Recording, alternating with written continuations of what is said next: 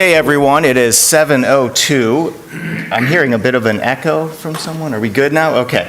I'd like to welcome everyone to the Thursday, June 13th, 2024 meeting of the Ann Arbor Historic District Commission.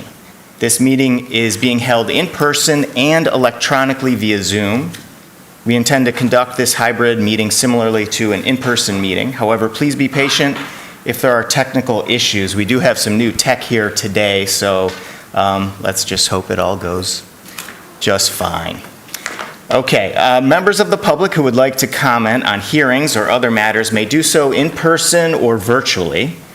To speak during any of the public comment opportunities, please call 206-337-9723 or toll-free 877-853-5247. Enter meeting ID 965-3669-9762.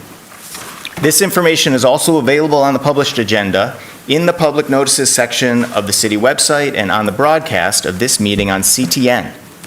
CTN can be found on Xfinity Channel 16, AT&T Channel 99, streaming online on YouTube, or at a2gov.org/watchctn.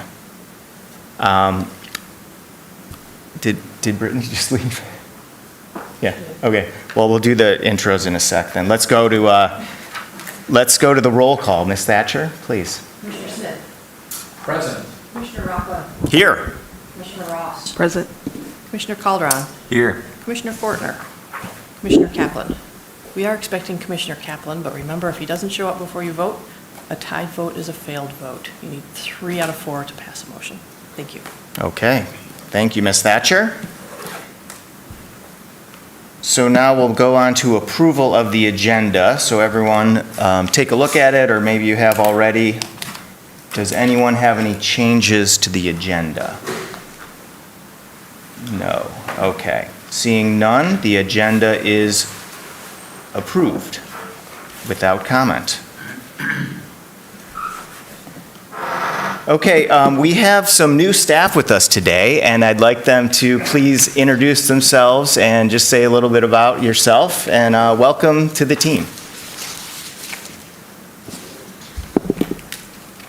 Hi everyone, I'm Mariana Moline Corcoran, and I am one of the new city planners, and I will be helping Jill with preservation and HDC related things.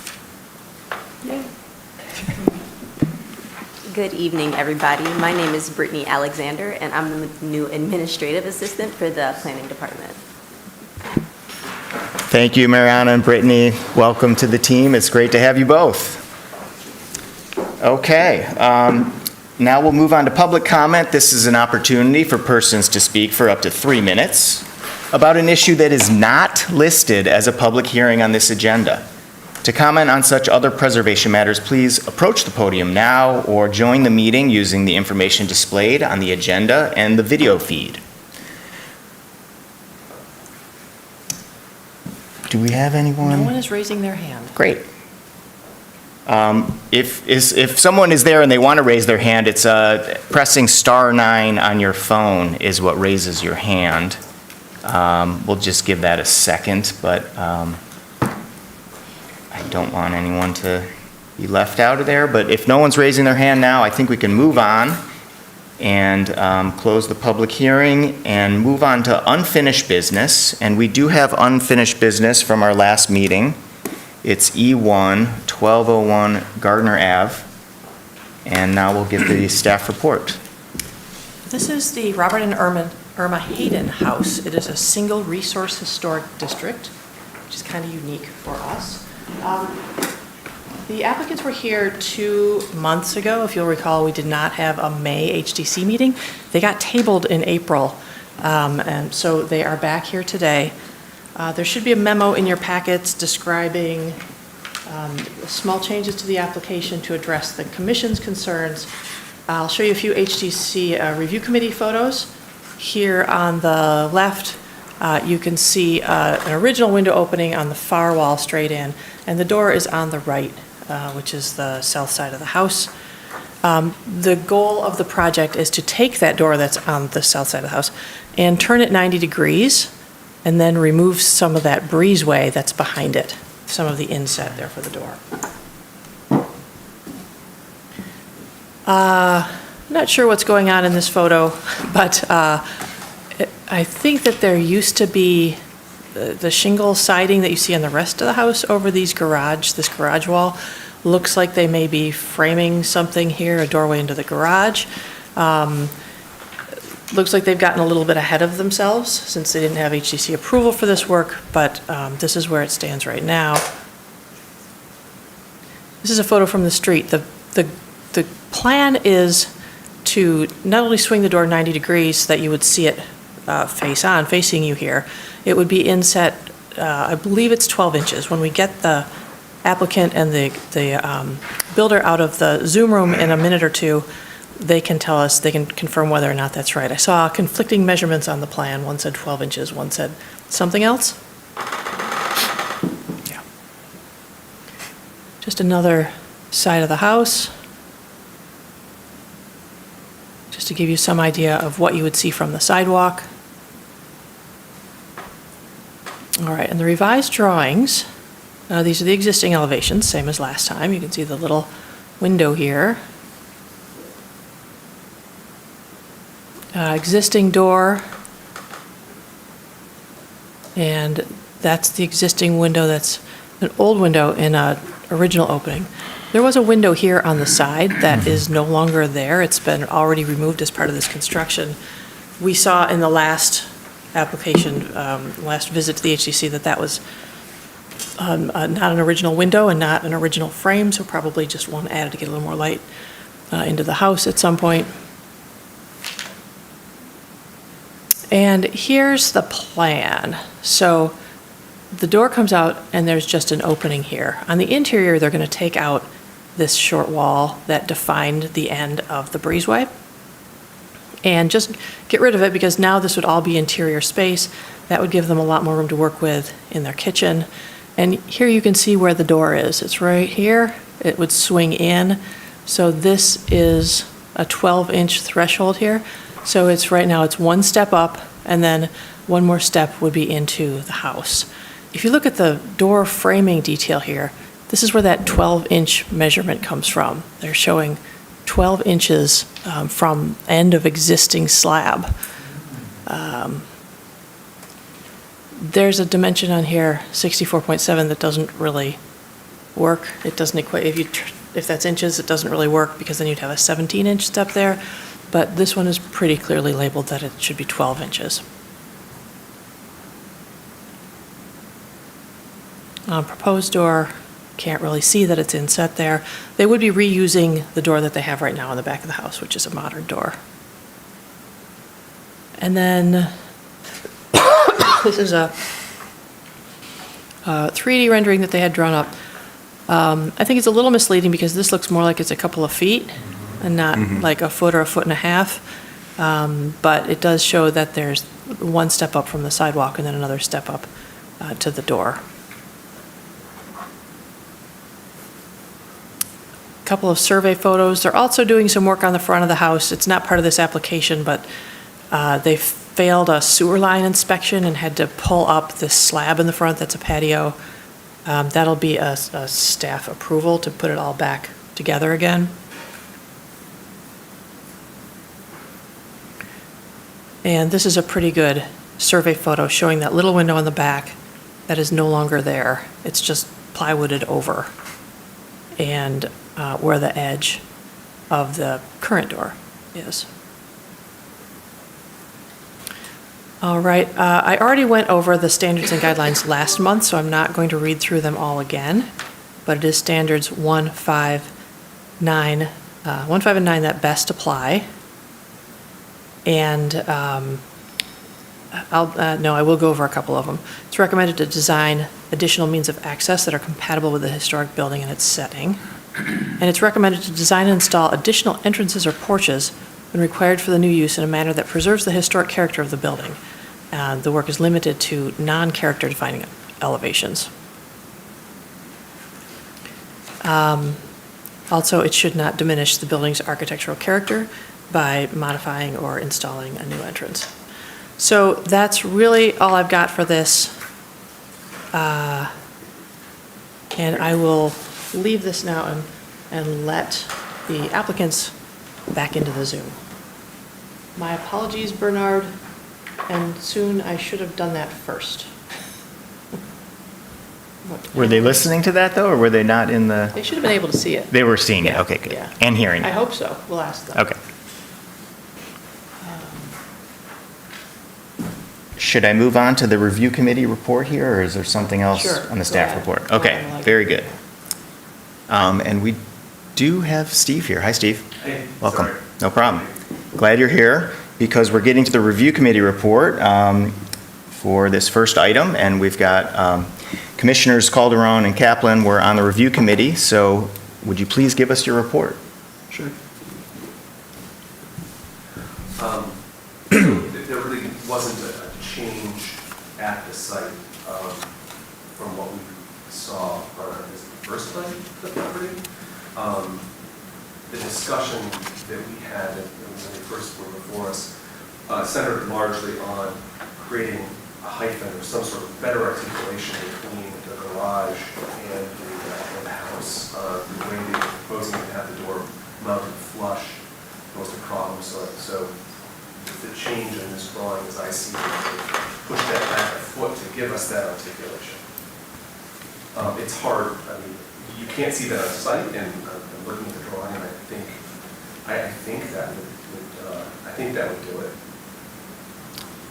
Thank Yeah, I you. agree with Steve. That was probably the majority of the conversation was about that hyphen and how that space would differentiate the mass between the garage and the main house. Thank you very much. Okay, so now we'll get the applicants on the Zoom screen, and would the applicants please unmute your microphone, turn on your video if possible, and are we going to see them somewhere? And, okay, so once we do get you here, please provide your name and address for the record.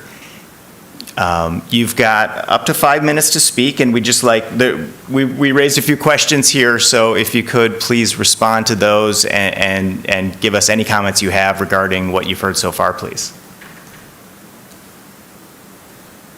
Hello. There you are. Who's this? This is Bernard Sharp, the contractor. Hi, Bernard. Do we How also? you guys doing? Well, very good. How are you? Good. Do we also have the owner with us, or is it just you, Bernard? I believe, yep, she's right there. Hello, I'm Sun Lee. I'm present. Okay. Hi, Sunli. Welcome. Thank you. Thank you. So please, I guess we've heard your name, but please give us an address and then let us know, what you've heard so far, any comments you have. Bernard, would you like to go first? So it's Sun Leash. It's her property. The address is 1201 Gardner Ave. That's Ann Arbor, Michigan. I believe it's 48103. Correct me if I'm wrong. Basically, everything that we showed you was pretty in line. We after reviewing it with you guys the last time, we did adjust to kind of accommodate that, keeping that breezeway. When I did measure it with the 12 inches, it does give more than just a couple inches of that breezeway. It definitely has a lot more life than that in there. The framing that you did see on that side, that garage door was excessively damaged due to termites. So where that framing is basically joined to, that was just framing that door closed because that wall was caving in and we had to support the weight from the concrete up at the top. And so that garage access door was no longer, I mean, it was too damaged. So it was literally just, you could break it apart like a piece of cardboard. In regards to shifting the door, those measurements do hold true. Jill, I do believe that 12 inches will be sufficient. It does kind of give you guys that feel that you guys were the relevancy of that breezeway. And other than that, that 3D rendering, I believe, kind of showed you a very clear picture of what it will look like when it is done. I don't know if there's very much into that in that regard that you guys would have more questions on, but I thought when we generated that 3D image, that would be a great opportunity for you guys to see kind of what the finished product would look like when it's completed. So that's really all I have. I tried to put it all on that, so. And anything you got, son? But Sun Lee, do you have any comments? No further comment. Bernard did a very excellent job of what we did, and which really tried our best to reflect all the comments that we received from the last meeting. And we are here to answer any questions that you may have. Thank you, Sun Lee. it actually, oops, sorry. Yeah, Bernard, I was do you just have going any to more? add one more thing Sure. in regards to the cabinets going in there. I did want to let you guys know, and I talked to Jill. Jill's been very helpful in all this. That last cabinet in their kitchen will sit in that window like 24 inches inside. So it'll literally block that window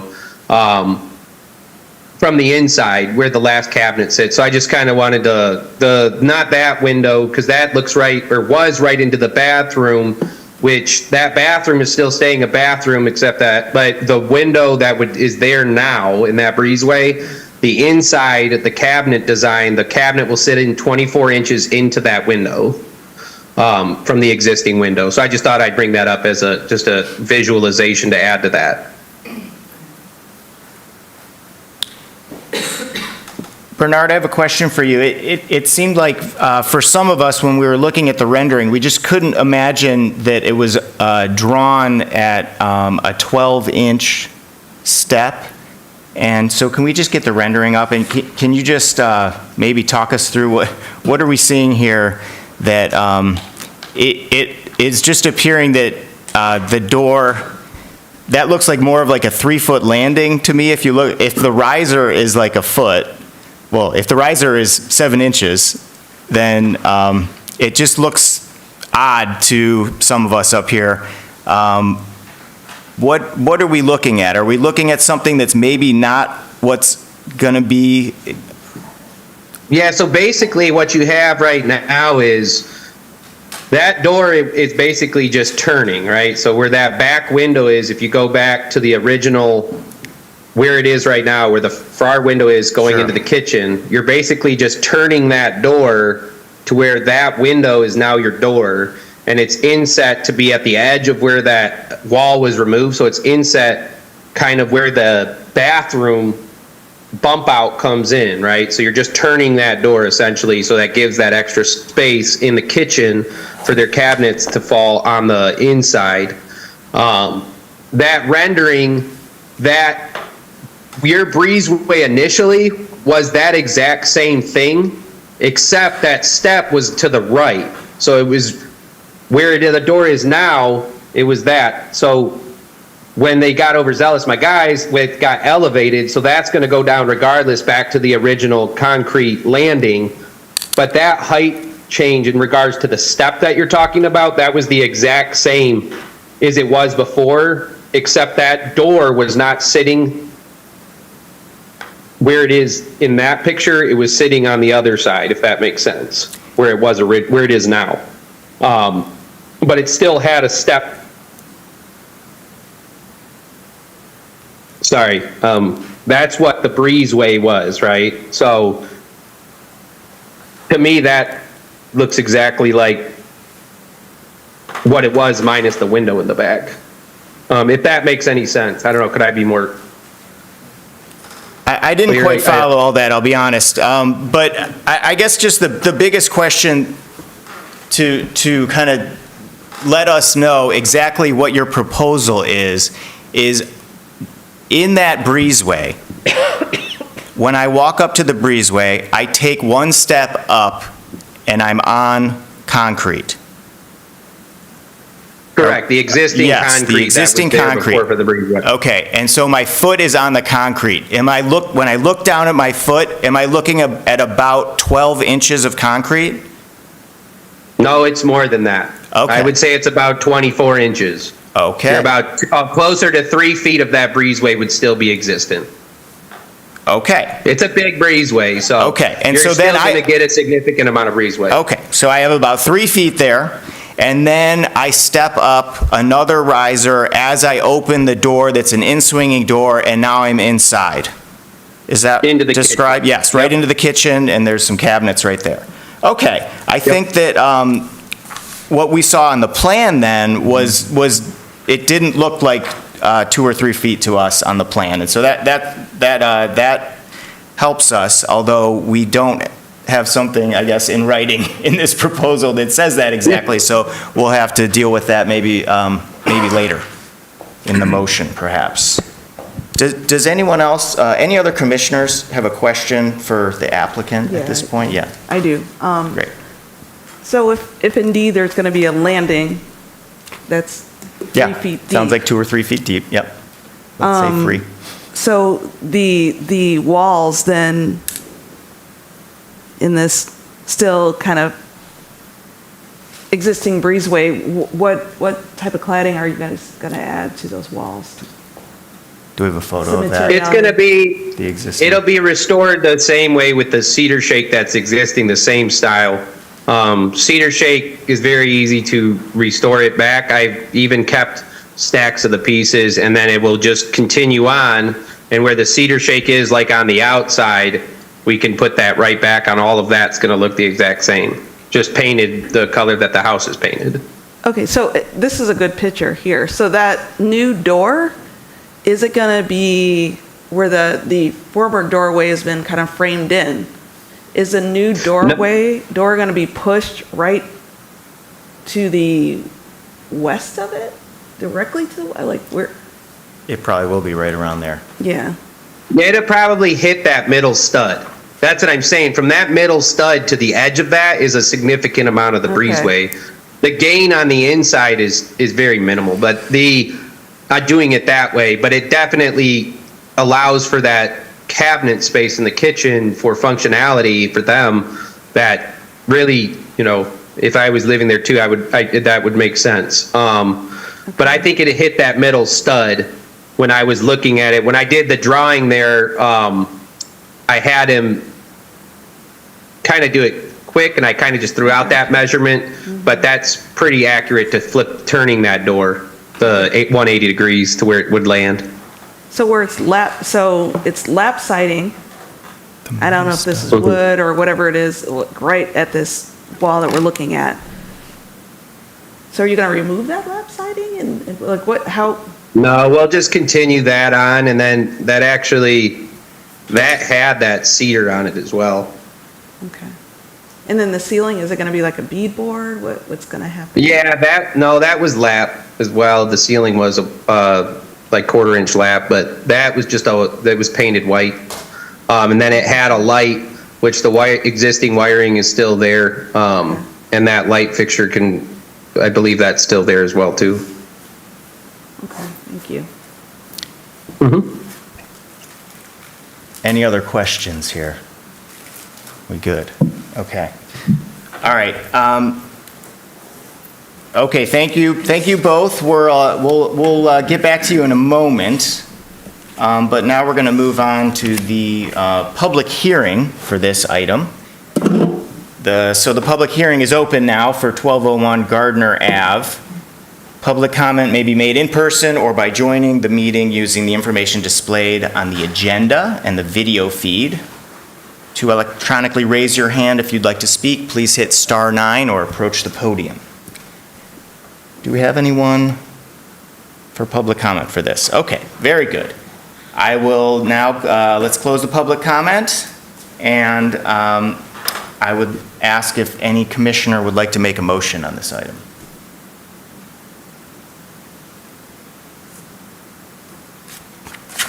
Commissioner Ross.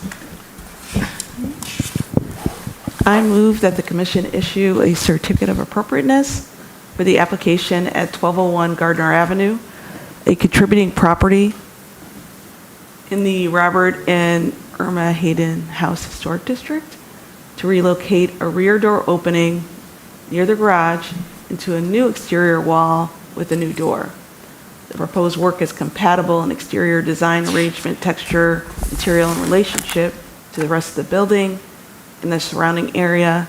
It meets the Secretary of the Interior standards for rehabilitation and guidelines for rehabilitating historic buildings, in particular standards 2, 5, and 9, and the guidelines for accessibility and entries of porches, as well as the Ann Arbor Historic District Design Guidelines, particularly as they pertain to residential porches.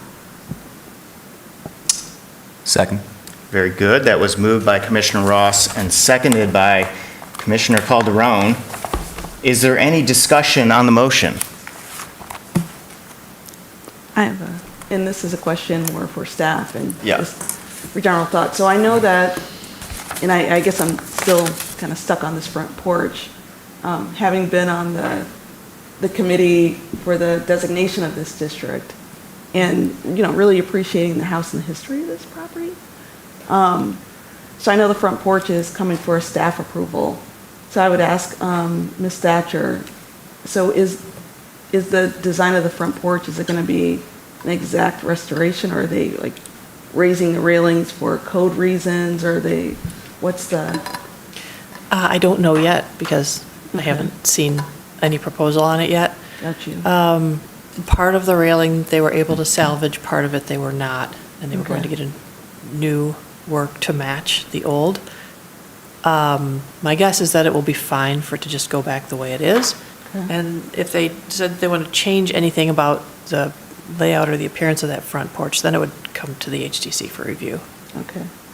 Because I would, definitely be kind of more amenable to discuss what's going on in this kind of rear area, as long as that front porch and the railing were put back to exactly replicate, and I'm not talking about with like aluminum railings that are like Right. 39 inches or 36 inches high, but Right. an exact replication of what was there. Yeah. So that's Yeah, just a data point. really, the only way that I could give them a staff approval was if it was a fairly exact replication. Okay. Yeah. So that's, They'd even discussed wanting to plant replacement landscaping where they had to take out a couple of big arborvitae or cedar type trees. right. Okay. To, put them back. They'll be smaller, but they'll at least be same species, same location. Okay. Yeah. Okay. So that's just to put out there that. Yep. So I'll be, generally speaking, based on what the applicant has said, that it appears if there's a 3-foot setback, that it appears that there is enough relief so that you would still read that space as kind of a breezeway. I'm a little it's a little tough because the drawings that we have here don't reflect what the applicant is saying. Yeah, I think So we need to that's address that's an that issue. before we vote, Yeah. for sure, and we will. But in theory, Yes. it sounds So, reasonable to me. okay, yeah. Yeah. So what I'm hearing you say is like, if it's 3 feet or greater, then you're feeling like the feeling of a breezeway is still Yeah, existing, and yeah. that seems important Yeah. for this project. I think so. Okay. Yeah, in my opinion. Yes, that's fair. Can we look at the plan, Jill? And just, that's where I would expect to see this dimension, and we have something that's like 64.7 or something, and maybe it's not even so important, because we heard from the applicant, and we should probably just disregard what we see there and add some language to the motion. Does that sound like? Yeah, okay. So would you be amenable to amending the motion somewhere, since you, wait, you read the motion? Yep. Yeah, Judge. To put some language in there? Yeah. What do you think makes sense? Somewhere in there.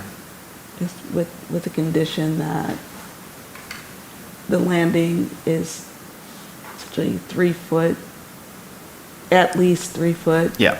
But, I don't know what the current, obviously, we don't want it to go super back or something crazy. I don't know where it sits now. But at least 3 foot deep, at most consistent with the current inset, or the current wall. I don't know if that's, I don't even think you need to say at most, because they want to change it. The cabinet's going to be in the way Right. of that existing wall, so Right. they're going to change it to some dimension. We just don't want it to be Yeah. so that the Too shallow. yeah. Yeah, so I'm okay with saying, with adding the condition that it is at least 3 foot deep. Very good. And do we need to second that amendment? I forgot. Yes, so. Ben, you do okay with that? Re-second? Okay. Second. Very good. Very good. Okay. So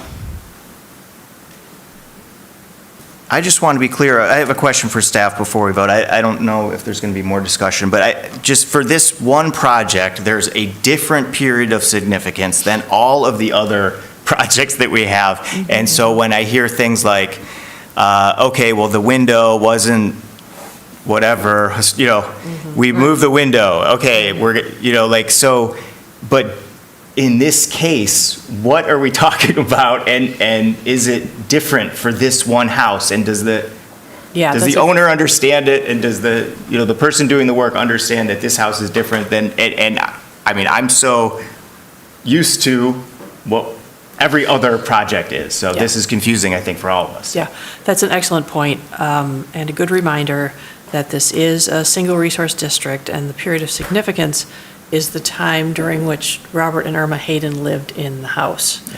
I can look that up really quickly if you'd like me to. 1981. Thank you, 1981. So it's the couple of decades leading up to 1981. Right, okay. So I don't know if that window, the modern window Yeah. that's been taken out of the sidewall, I don't know if that was there in 1981 or not. Right, we're assuming it was after 1981, and it's something we can let go of, right? I mean, is that basically the assumption? Or that it's not, I think the assumption is that we're never going to know. yeah, exactly, okay. All right, that's good enough, yeah. Okay. So we've amended the motion. Are there any other comments, or I think we've kind of dealt with all the things that we needed to deal with on this one? Okay. But I would, I guess just to Yeah, reiterate. one more comment. What you're saying, Commissioner Rockland, just to reiterate to the property owner that going forward, the period of significance ends at 1981, so we're not talking about historic age elements of the house, old elements of the house. It's everything 1981 and before really needs to be maintained and respected, so.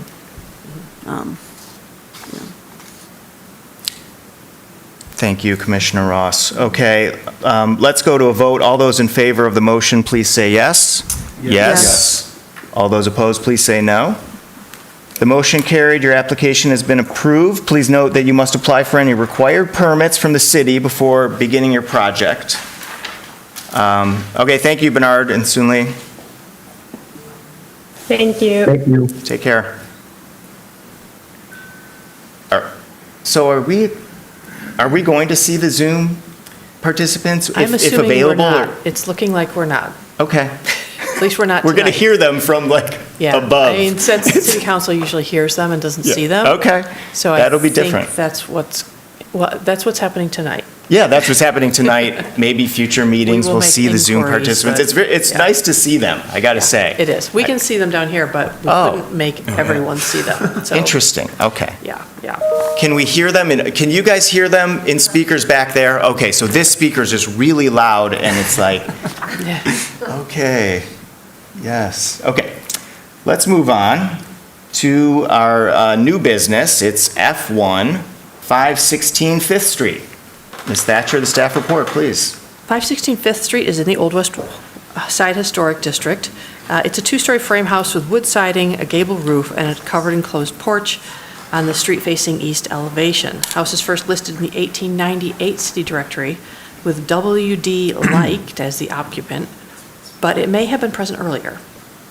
House first appears on the 1916 Sanborn map, because that was the first year that the Sanborn made it that far out of downtown, when it is shown as a rectangular two-story dwelling with a small one-story bump out of the north elevation and an open porch on the street-facing elevation.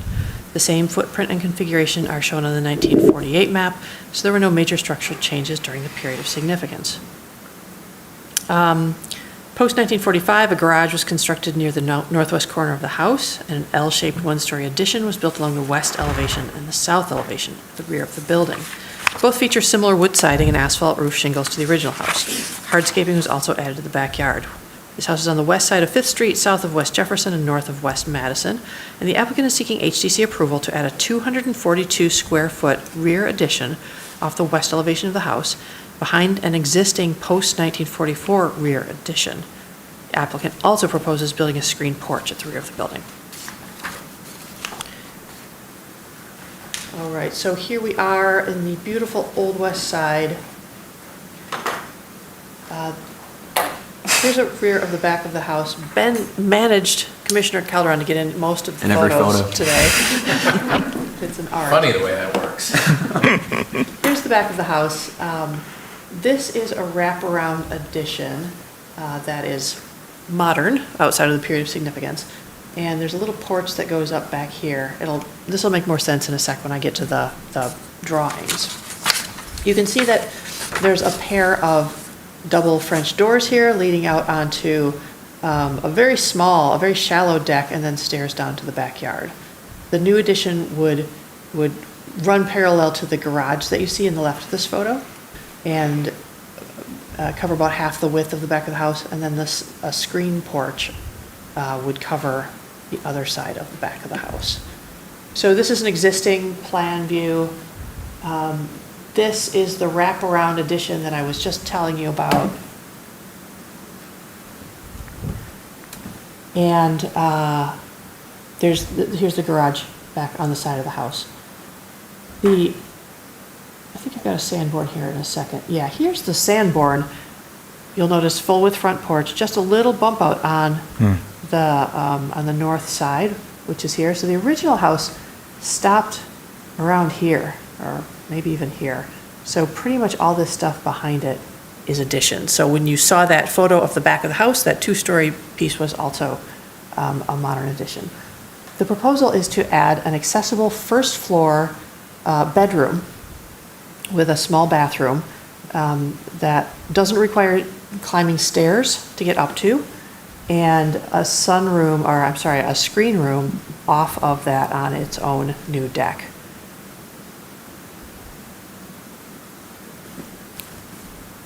This is the existing first floor plan. See those double doors, those French doors that open onto the shallow deck. And here are those double doors again. Here's the new screen porch. Here's the new bedroom. It's quite compact. It has some nice windows. There's a little deck back here and stairs to get down to existing patio in the backyard. You should note that this corner is inset, and this corner is also inset because this is already an inset little porch. Looks like that porch would have some new angled stairs leading up to it, and then you'd see the addition here. So it is flush with the plane of the historic side elevation of the house, but it's got this break here because of this not natural, but this inset that was already constructed here as an entrance into the building. Okay, existing top view and proposed bottom view. The one unusual feature of this application is that on the screen porch, they're proposing a bank of windows that I call clerestory windows and other people call other things, that will pull sunlight down into the house, because otherwise you're going to have a big new roof here over the screen porch, and it's going to make that wall of windows that you have in the back right now really dark without much light inside. You can see how much room there is. There's maybe 6 to 8 feet between the house and the garage right now, and that would be maintained, just a longer passage in between the two buildings.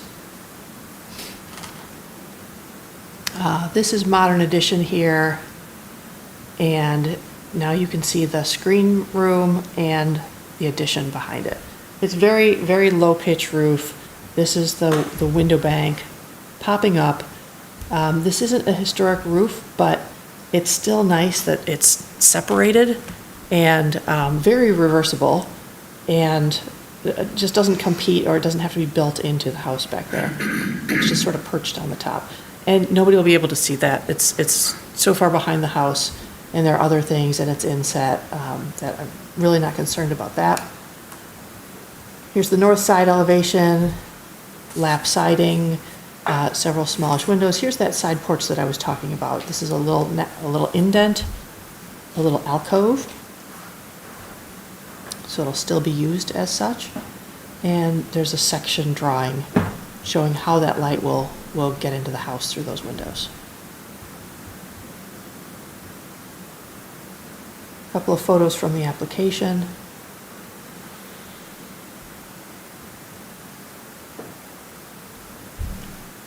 Front and rear again. Okay, from the Secretary of the Interior standards that best apply, we have 2, 5, 9, and 10. 2 says the historic character of a property will be retained and preserved. The removal of distinctive materials or alterations of features, spaces, and spatial relationships that characterize a property will be avoided. Number 5 says distinctive features, finishes, and construction techniques or examples of craftsmanship that characterize a property shall be preserved. Number 9 says new additions, exterior alterations, or related new construction shall not destroy historic materials that characterize the property. The new work shall be differentiated from the old and shall be compatible with the massing, size, scale, and architectural features to protect the historic integrity of the property and its environment. Number 10 says new additions and adjacent or related new construction will be undertaken in such a manner that if removed in the future, the essential form and integrity of the historic property will be unimpaired. And do keep in mind that all of this work is attached to modern additions, so no bit of historic materials will even be touched by this project. From the Secretary of the Interior's guidelines for additions, it's recommended to construct a new addition so that there's the least possible loss of historic materials, so that character-defining features are not obscured, damaged, or destroyed. It's also recommended to locate the attached exterior addition at the rear or on an inconspicuous side of a historic building, and limiting its size and scale in relationship to the historic building. For roofs, it's recommended to identify, retain, and preserve roofs and their functional and decorative features that are important in defining the overall historic character of the building. From the Arbor Historic District Design Guidelines for all additions, it's appropriate to locate a required addition on the least character-defining elevation and keeping it subordinate in volume to the historic building, and designing a new addition in a manner that makes clear what is historic and what is new. From the guidelines for all additions, the addition's footprint should not exceed 1/2 of the original building's footprint or 1/2 of the original building's total floor area. Let's see, it looks like with this proposal, the footprint would have a post-44 increase of 59%, and the floor area would have a post-44 increase of 31%. So again, they don't need a bedroom upstairs. They could stack this and keep below that 50% threshold, but that doesn't meet the needs of the people who live there. So we now have a larger footprint and a smaller floor area percentage.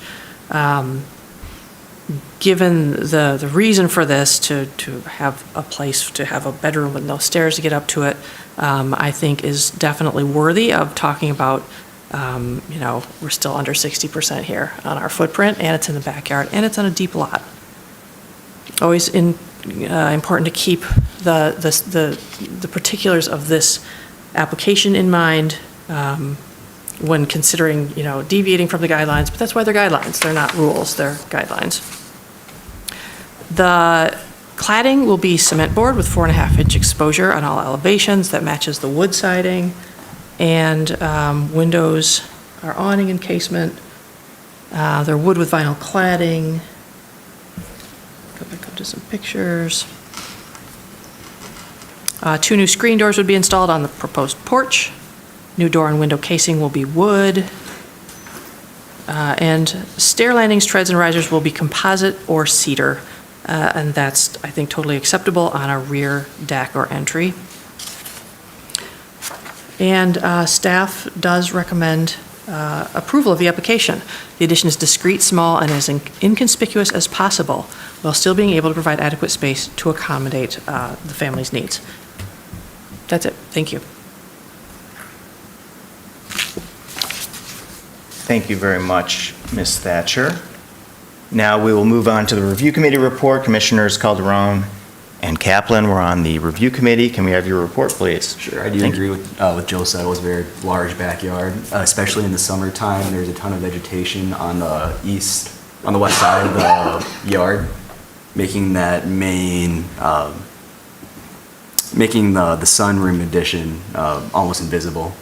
And if you're looking at the front of the building, you're not going to see much of the addition at all, maybe just a foot on the east side. Probably the most prominent feature is going to be the angled out staircase. But even then, there's a car usually parked right up next to that garage. Anything else?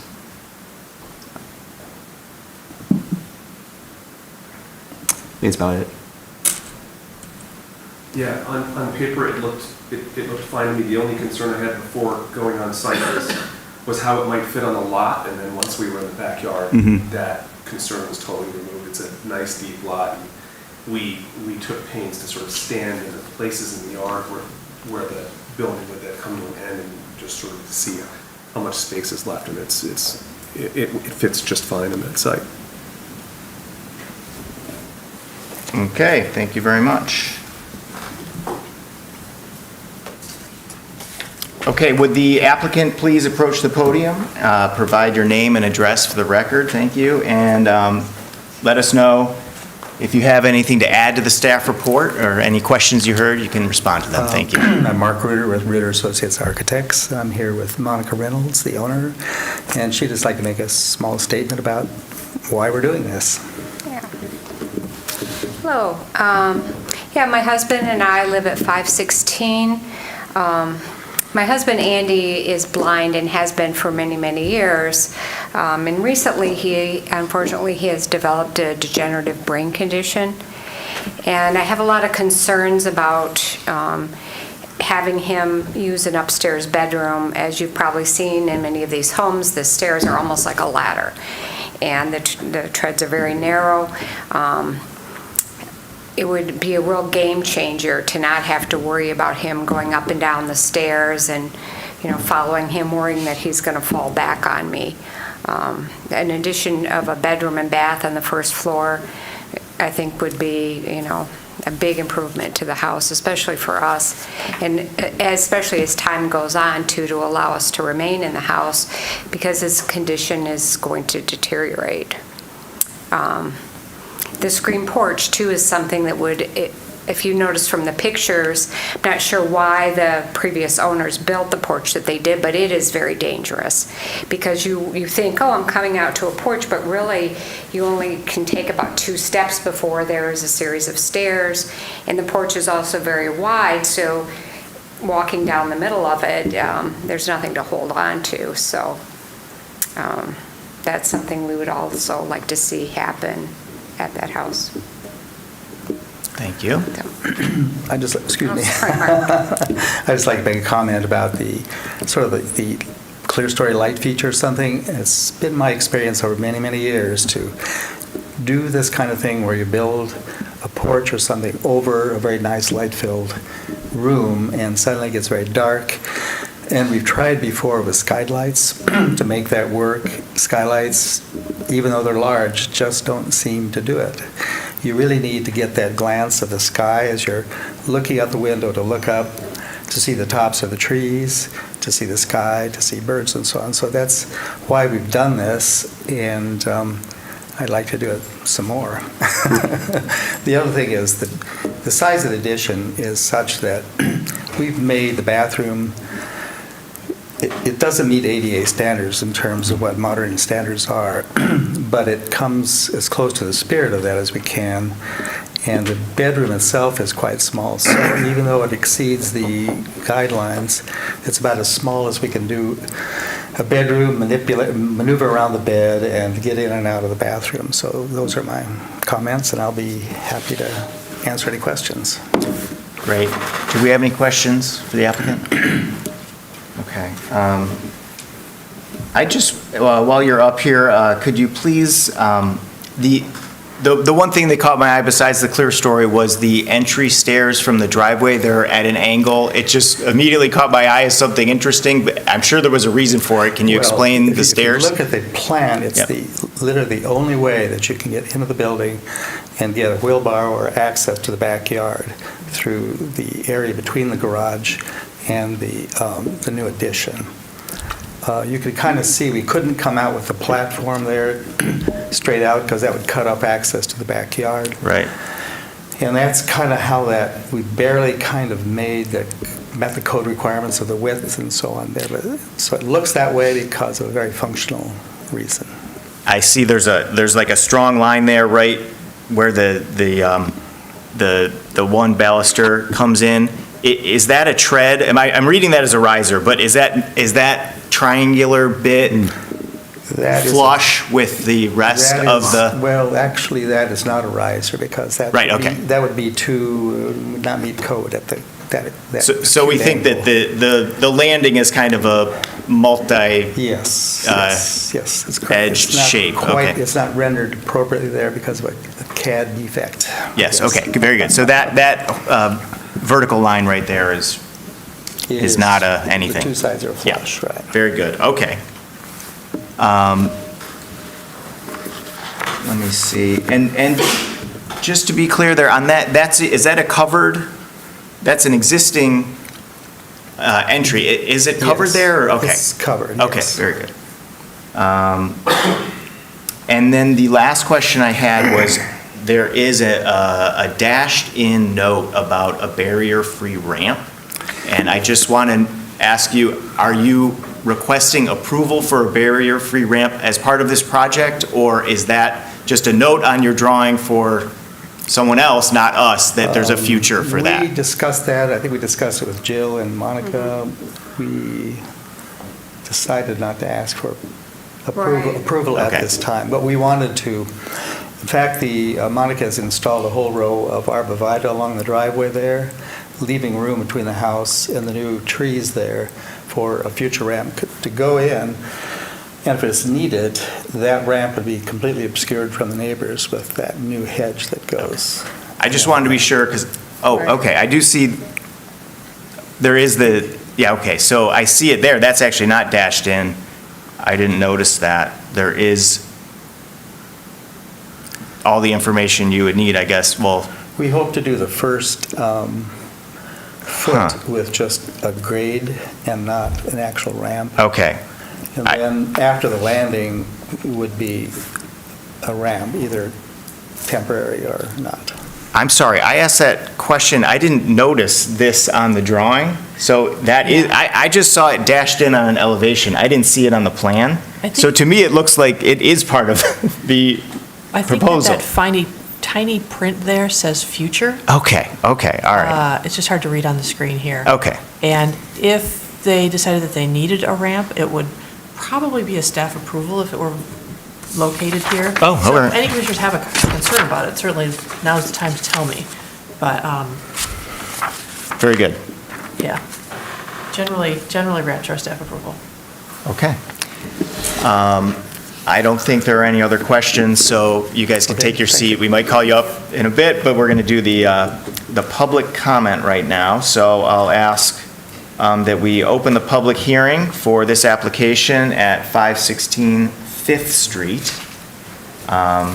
Public comment may be made in person or by joining the meeting. You could hit *9 on your phone to raise your hand. I don't see anyone coming up to the podium here. Do we have no one? Very good. So I will close the public hearing for 516 5th Street, and I'll ask if any commissioner would like to make a motion on this application. Sure, I'll do it. Mr. Kaplan, thank you. I move that the commission issue a certificate of appropriateness for the application at 516 5th Street, a contributing property in the Old West Side Historic District, to add a 242 square foot rear addition and screened porch. As proposed, the work is compatible in exterior design, arrangement, texture, material, and relationship to the rest of the building and the surrounding area, and meets the Secretary of the Interior standards for rehabilitation and guidelines for rehabilitating historic buildings, in particular standards 2, 5, 9, and 10, and the guidelines for building site additions and roofs, as well as the Ann Arbor Historic District Design Guidelines for all additions, residential additions, and roofs. I'll second that. Very good. That was moved by Commissioner Kaplan and seconded by Commissioner Smith. I'll now ask if there's any discussion on the motion. I will kick things off by a question to staff. Can you go back to it's one of the very first floor plans, and it shows it's like the area plan, basically. It shows what's original and what's new. When I'm looking at this project, I think it, especially hearing from the review committee, it seems like clearly it's the materiality and the massing is very compatible, and it's well differentiated from the historic structure. So I don't think we have any of these issues that I'm hearing, which is great. And it seems like the only issue, although maybe it doesn't feel like an issue, is just the footprint size. So I just want to know that we have the numbers more or less correct. I think we have the feeling we've heard that it feels not too big. But we've got the Sanborn. You said that the original footprint, Jill, is maybe somewhere you drew the line kind of at those windows. Yeah. And what I see is original, right, it says original existing area, that like sand hatch includes a lot of the back portion of like that main massing, but it seems like a lot of that back portion of the main massing is not, is post 1948 at least. So it all seems like it feels okay, but I just want to know what we're approving. Is it really 59, or is it something much more than 59? And just so we know what the number is, you know? We had trouble getting all of the numbers Yeah. on this application to justify, to line up. Okay. It could be more than 59. Yeah. I don't think it's less than 59. Yeah. But I think that that's a reasonable ballpark. And really, this is the rare occasion where I was going more about massing. Yeah. And, the feel on site rather than the straight up numbers. But I think that your concern is valid. It could be higher than that. Yeah. It's more what I'm hearing is a lot of agreement with what you're saying, and what I'm just thinking about is, okay, well, if we know that this is 59 and we're saying that felt good, but maybe this is 65 or something, but it still feels good. I just am thinking, just for the commission, what is it, and is it feels good? But if we don't have the numbers. Yeah, Mariana and I did Yeah. dig into this one Yeah. and the next application as well. Yeah. And did our best. I think this is a unique case too, where it's like the massing was just extended back.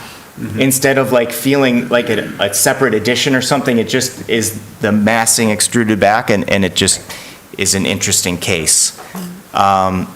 Excuse me? Oh yeah, please come forward, yeah. I would just like to make a comment on that. It is very difficult to tell Yeah. unless you actually go down in the basement, and underneath that, what we show there is, Yeah.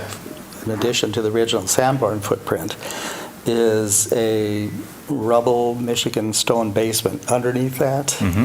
So we know that the basement existed probably up until 1910 or so, and there was a structure on top of that Okay. that had since been, I don't know what happened to that structure on top of it when it was torn down, and so that, we used those foundations Right. as a guide to what was. Right. So what we're seeing here, where you're saying original existing area, there's an existing rubble Yes. foundation around the perimeter of Right. that entire thing. Okay. Right. Very good. Thanks for that comment. Well, and I guess I would note too, to me, I mean, I wasn't out on the site, but I feel like with the screen porch, it's not a conditioned space. Right. And it kind of lightens that Yes. amount of square, I mean, if this was actually a conditioned space. Yeah. Maybe I'd have a little bit of a Yes. kind of more jaundiced eye towards it, but I feel like the screen porch kind of lightens that amount of square footage being added. Right, because the screen porch is included in Right. that number, right? Right, Very, right, right, very, right. very good point. Thank you for that. Is there any other discussion, or we will go to a vote otherwise? Okay, so let's go to a vote. All those in favor of this motion, please say yes. Yes. Yes. All those opposed, please say no. Your application has been approved. Please note that you must apply for any required permits from the city. Thank you. Okay. We are moving on, but not too far. F2 is 510 Fifth Street. Ms. Thatcher, the staff report. I'm going to let Mariana take this. Oh, very good. Mariana, the staff report, please. All right, so yes, we are moving right next door, right north on Fifth Street, still between West Jefferson and West Madison. This is a very similar project. I'll go through the details of 510 Fifth Street. It's a late 1890s house. It first appears on the 1916 Sanborn Fire Insurance Map, also just because that's when Sanborn moved into the area. On the 1916 map, the house is 2 stories with a 1-story wing on the rear elevation and a 1-story bump out on the north elevation, as well as an open porch on the street-facing elevation. That was the same through the period of significance. According to building permits, there was an expansion in 1988 where the northern bump out was expanded a bit farther north, and there was a 2nd story added to it into the 1-story rear wing. There's also an earlier garage/storage shed that was on site but removed as part of this 1988 expansion. I will go through some of the photos. This is the front of the house. This is the rear. No, still front. Still front. Yep. Just with a tree in front of it. This is still the front. We're looking at the backyard. This is the bump out that was expanded a little bit farther north and farther up in the 80s. This is the rear. There's some paving in the back patio. This is about where the proposed expansion will be. I guess I didn't say that. So the applicant seeks HDC approval to add a 268 square foot rear addition off of the back of the house, as well as a new pervious deck at the rear of the house. So this would be the area where the deck and rear addition will be. And this is a little bit of a farther back view. So here are our drawings with the existing on the left and the proposed on the right. So you can see this kind of darker striped hatching will be the deck. And then to the left, this is the bedroom addition. It has, again, a small bedroom and then a bathroom. There is also this square is a new connecting element, so that will limit the connection of the new to the historic materials. A bit of a closer up of the bathroom, and then the connector, and then the deck. There's also this new side porch to get into the connector on this elevation, and then a new side porch as well on this side. There is currently so this is the rear of the house, this is the connector, and then this addition will be set back. There's currently a fence, and then interestingly, as an interesting solution, there will be a new fence added, and then this siding we'll see on the elevations is vertical siding to make it look like the fence blending in. So on the top, we have the existing rear elevation, and on the bottom, we have the proposed. You can see the deck doesn't have any railings, so this is just the deck right here, and then this is the addition. And then this is the new proposed fence, 7 feet, that comes off of the side of the addition. Here we're looking at it from the front. So the addition is partly visible from the street-facing elevation. As I said, there's this portion of the siding that is made to mimic the fence, so it looks like there's just the top of the addition peeking up over the fence. You have some stairs in the new deck that will lead to the door, which again is on the connector, so limited parts will be touching the historic materials. Here's the side elevation. Again, you can see there's no railing or anything on the deck except for at the entrance. And then here we have the addition. And finally, here is the top is the existing south elevation and the bottom is the proposed. You can see just this simple design, flat roof, and then we have this fence that protrudes just a little bit. Here are some more photos from the applicant. So you can see that this right here would be the area where the addition will peek out from the street-facing elevation. You'll be able to see it, but there will be that fencing, and then we have these trees as well. And then this will be the area looking out towards the street. Again, this is the edge of the house, so the addition will be back here, again, behind where this fence is, and this gets into the backyard.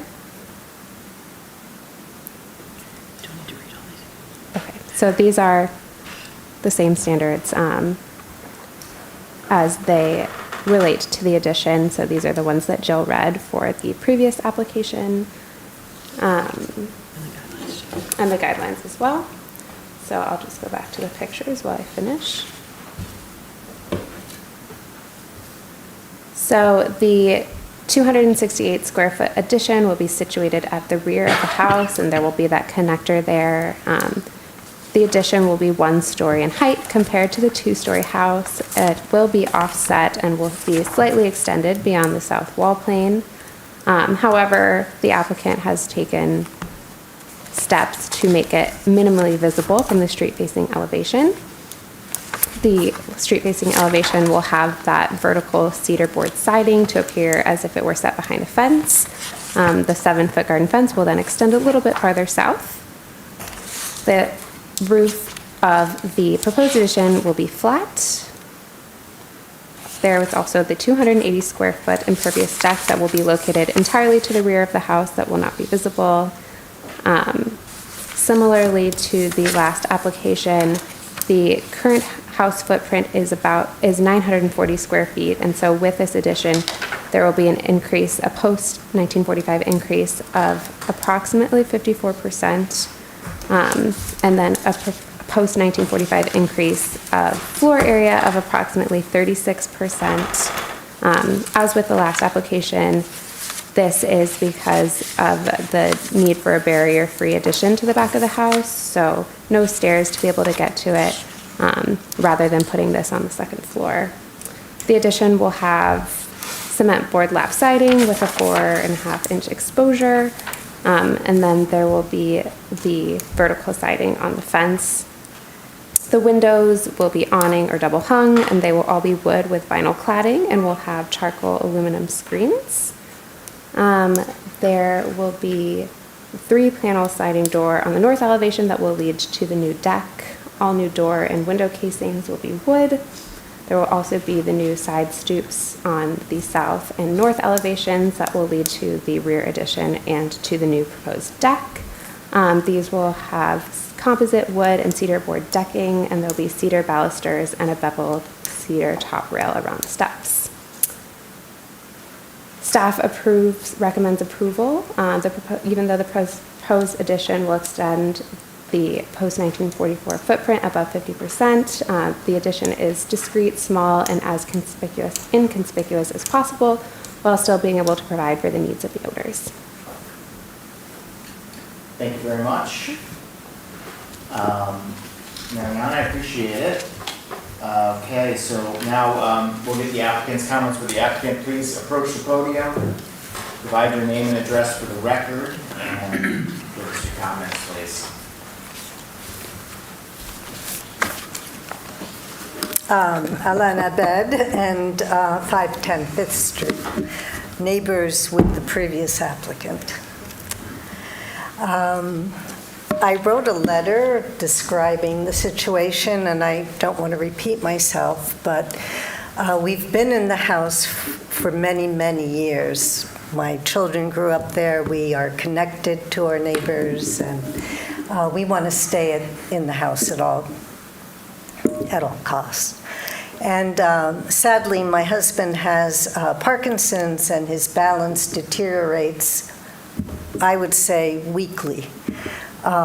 So we also have very narrow, steep stairs, and the only solution, long-term solution, is to have a downstairs bedroom and accessible bathroom. So that's why we're looking at this proposal. And we had originally looked on the other side and decided that it would be the least conspicuous on the side that we finally chose. And it is, I think, will be barely visible. Yeah. Thank you, Elaine. Mark, do you have any? I think everything's been covered, but I'll answer some questions if you had any. Very good. Are there any questions? I had one, I think. Okay. One moment. Well, I guess it's just sort of a general question is, so the standards say when you build an addition, do it in a inconspicuous place, and the preference is that it's a rear addition that you can't see at all, from the street. So these photos really help and show us that, if you see something, it's going to be through a lot of vegetation. It's going to be very far back from the sidewalk. So all that's good. But can you also just comment on why this wasn't just somehow kind of smushed right behind the house so you can't see it at all? I'm sure there was a good design reason for it, but can you share with the commission what that is? If you were to look at the rear elevations, it would be clear that the addition would cover kind of the only light coming in to the kitchen. So that's why I wanted to move it. So right there, okay. Right there, there's a window, and that is the only window in the kitchen, so it'd be blocking off that. We had originally planned for the other side, and Jill came out to the site, and we looked at it, and she thought that it was going to be maybe on the other side. But the more we looked, the more we thought that this would be hidden more back there. It would use less of the site, and it would be partially hidden behind Monica's garage over there on the south side. Yeah. So even though it extends, I thought of a way to disguise as much as possible the fact that it's a building sticking out and like a building kind of peeping over the top of the fence. That's Very good. I had a question. Yeah. Would that large tree in the center of the yard be preserved? Got it. And then there's also a smaller, like a medium-sized tree, kind of where the new addition was being built. It wasn't on the floor maple. plan. The footprint. magnolia? for the magnolia. Yes. Everything gets preserved. We planted every tree that's there. They were little when we moved in, and the only one that will be affected will be the other maple there. Yeah, and frankly, we have too many trees in our backyard. We can't grow hardly anything. It was very shady. Very shady, yes. Any other questions? Okay, very good. Thank you both. You can sit down for now, and we'll do the public hearing. So let's open the public hearing for this application at 510 5th Street. So approach the podium or hit *9 on your phone if you're interested. We'll just wait 1 second. And do we have anyone raising their hand virtually? And no one is here, so we will close the public hearing portion for this application. And now I would ask if any commissioner would like to make a motion on the application. I will. Okay, I think I heard Ben, Commissioner Calderon first. So Sure. Get you next time. I move that the commission issues a certificate of appropriateness for the application of 510 5th Street, contributing property in the Old West Side Historic District, to add a 268 square foot rear addition. As proposed, the work is compatible in the exterior design, arrangement, texture, material, and relationship to the rest of the building and the surrounding area that it meets. the Secretary of Interior standards of rehabilitation and guidelines for rehabilitation historic buildings, in particular standards 2, 5, 9, and 10, and the guidelines for building site, additions, and roofs, as well as the Ann Arbor Historic District design guidelines for all additions, residential additions, and roofs. Thank you. I'll second that. Very good. So that was moved by Commissioner Calderon and seconded by Commissioner Smith. I think that, similar to the last application, like material-wise, massing-wise, it's differentiated clearly from the historic, and it's still very compatible. Maybe there's some question about why it's not directly behind it. Well, we're going to see it. It's a bit of a rear side addition. And also there's the question of size again. So are there any comments on that, or either of those two things, or anything else? Actually, Commissioner Ross? Mr. Chair, I don't think we did the review committee report. Did we? Did we do the review committee report? I don't think we No. did. Okay, well, I'd like to hear that right now then. I mean, I'll just Yeah. say that I mean, for me, Thanks, I wasn't Mr. Ross. aware of the logic of the window, which makes a lot of sense. I walked back there, having just looked at the drawings, thinking, why is this off this side? Why isn't it just centered on the house? And I just thought that the presence of that large tree in the backyard, the way this outline as proposed, it plays nicer with that tree. Yeah. I mean, you might theoretically be able to still get it and have it not, unnecessarily hurt the root ball of the tree, but it wouldn't feel as natural as it does in the backyard, having it as it does having it to the side. So I think given that also, I think it made a lot of sense to me when I was standing in the yard. Very good. Thank you. Anything to add to that? Yeah, not much more to add. I had the same comments. Both me and Sue were talking about the same design decisions and why it was placed more to the left, and it made a lot of sense with having the tree in the center. If it was more towards the middle, the tree would have to be torn down. But also, yeah, I didn't know either about the kitchen. Yeah, Kitchen very wall. good. Okay, and any comments about the fence, the house poking up over the fence, or we like that? Okay, yeah, good. All right. Any other comments? I'm not seeing it. Okay. Actually, I have a Yes, good. question. Not necessarily a comment, but a question to staff. If I could see the photo facing the rear elevation. Yeah.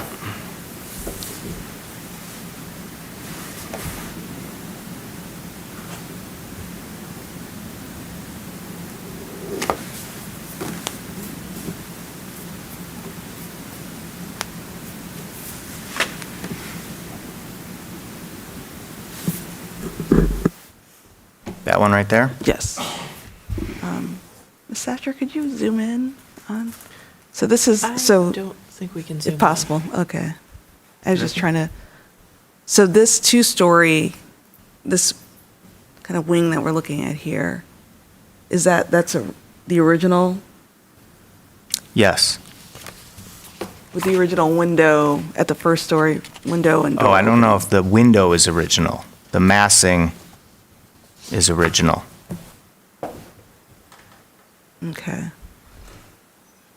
What is your line of thinking, though? What are you getting at? No, I'm just looking just to kind of understand, like, Historic materials and what Yeah, and if just we're the- losing something, or? well, yeah, just, I mean, not necessarily the actual window unit itself or even the door, just kind of looking at the opening. So the window opening stays, obviously, but just kind of looking at that door opening. Just trying to get a feel of it. Okay. Okay. I have a feel.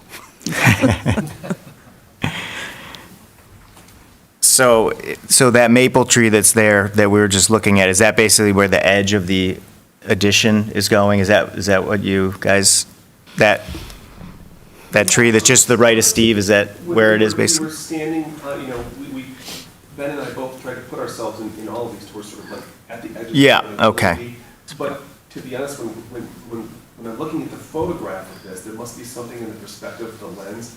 It makes it feel like that tree is a lot further back from the house than I think it really feels in the yard. So that tree isn't an acre behind the house, it's closer, and an addition would be up against it. It's probably like 3 feet to the left of that tree.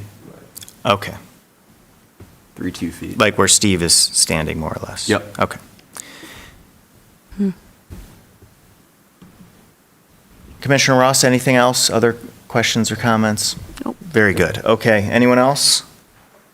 Great. All right. So let's go to a vote. All those in favor, please say yes. Yes. Yes. All those opposed, please say no. The motion carried. Your application has been approved.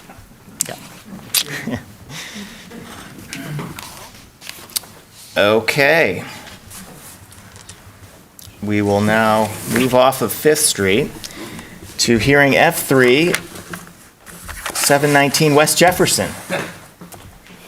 And who's giving the staff report here? Am I not going to know who's who? And You're not, it's a surprise. yeah, each that'll be time. fun every time. So I'll just say, could we please have the staff report?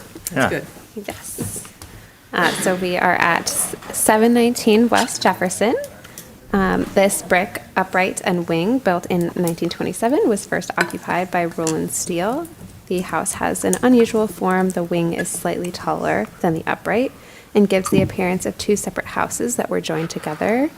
At some point, the house was converted into a duplex with 2 front porches, so 717 and 719 West Jefferson.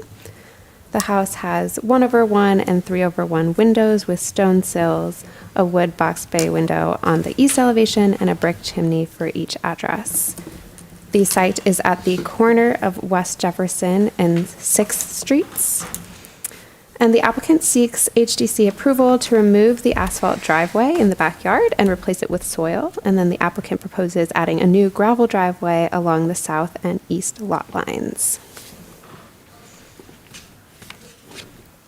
Here's some photos of the house, the front.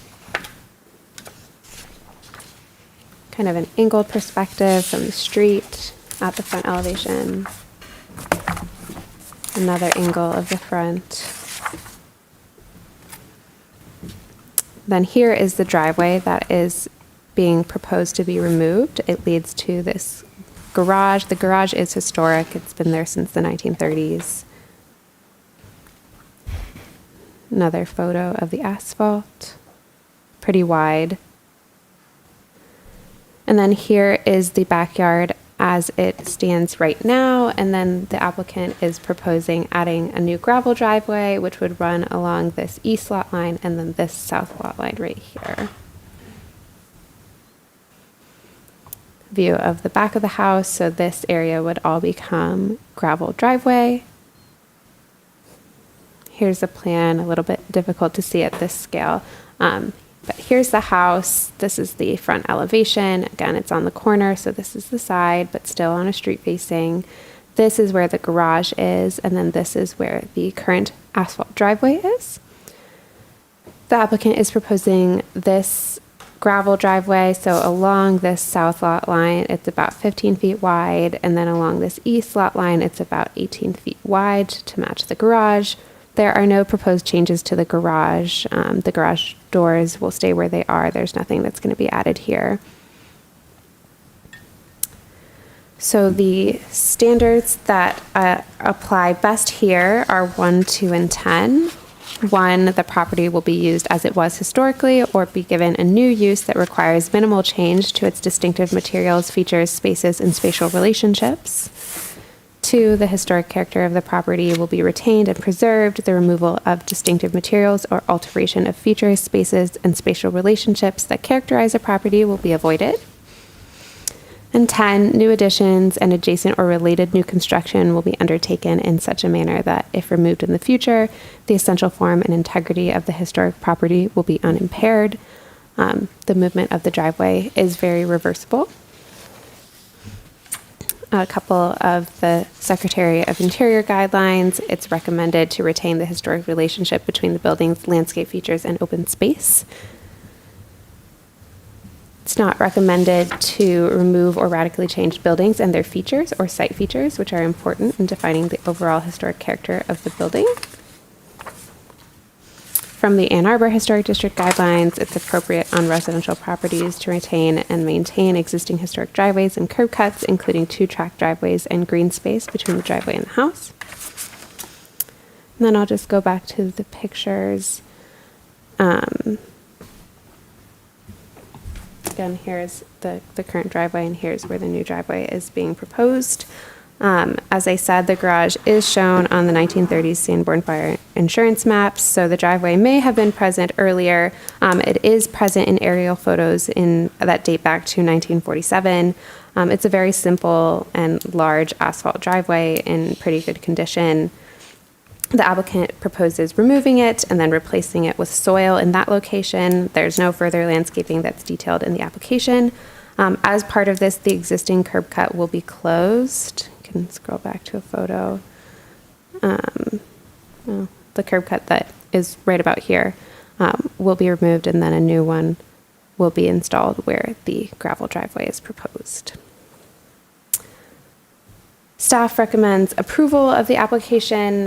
Though the driveway is to the rear of the house, the change will be visible because it is on a corner. But as I mentioned, the driveway is very simple and will not detract from the overall appearance of the house or the site or the backyard. Similarly, the new gravel driveway will be simple in design and will be inconspicuously located along the lot lines. And moving the driveway is very reversible should someone want to return the driveway to its original location in the future. Thank you very much.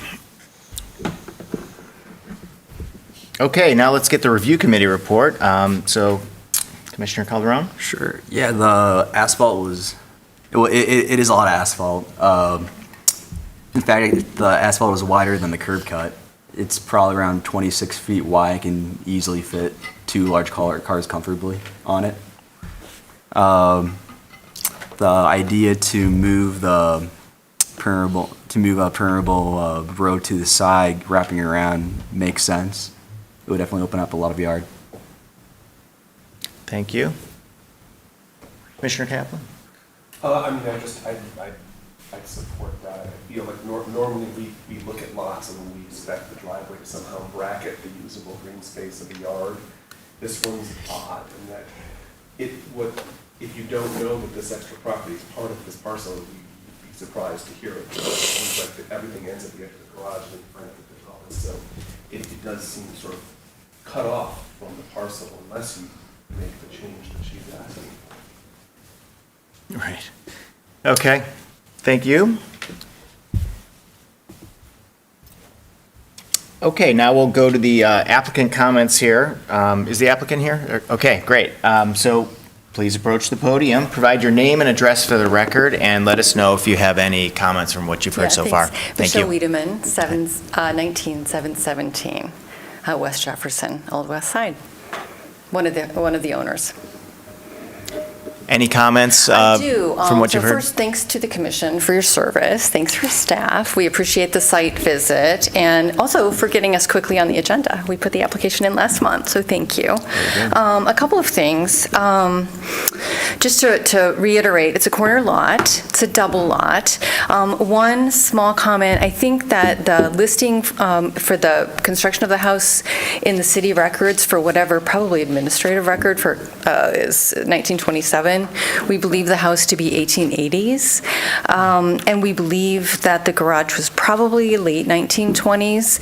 I'm scouring historical resources to continue to find out additional information about the property and photos, although I have found 3, which we have shared widely in the neighborhood. It's very exciting.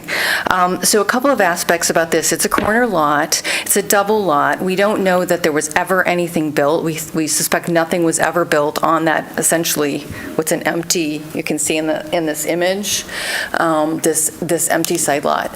We certainly use it, but it, by all intents and purposes, as you say, it's cut off from the house. Essentially an unattractive piece of the property. We really look at the yard as a part of the house. And it's a really important aspect of living there for us in this green space. Obviously, we're not making any alterations to the house or the garage as part of this. An important aspect for us is the removal of the asphalt itself and using permeable driveway surface materials of gravel and green space, to the goal being one of our methods of maintaining rainwater on the property and keeping it out of the city storm sewers. So that's really important to us. We also know that probably when the house was built in the 1880s, that certainly was used as a working garden space. And it's important for us, not just for the historical integrity of the house, but for our modern love of gardening, to have a working garden space, and that wide asphalt driveway is prime sunspot. It's the best garden space. Our neighboring property, you can see the mature river birch in that photo is on our neighboring property, which was actually part of this property originally in the 1880s, and then it was subdivided. That is a lovely old tree that they're doing everything to maintain on their property, and it casts a lot of lovely shade. So that space, which we've used as an ad hoc garden space to the right of the garage, is really unusable as a working garden these days. Certainly very unkempt right now, but after this weekend, it'll have a few kind of shady plants in it. But we really want to move the garden space into the front of the garage space, as well as some gravel pathways. And the other thing that we have found, also interesting historically, is that in the 1930s and 40s, Mrs. Gregory, who was then owner of this property, had a showcase tulip garden in this entire space that I've read has brought people to the area from throughout the region. I don't promise to return it to a showcase garden, but we'll do our best. And we're excited to return it to gardening.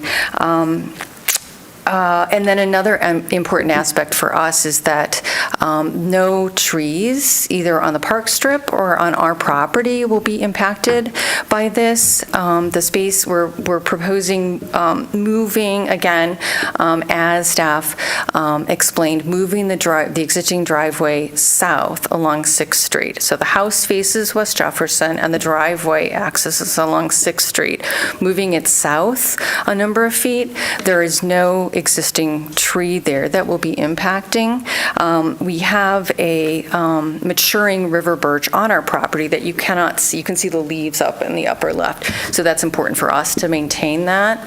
And the new driveway approach will fall to the right of that.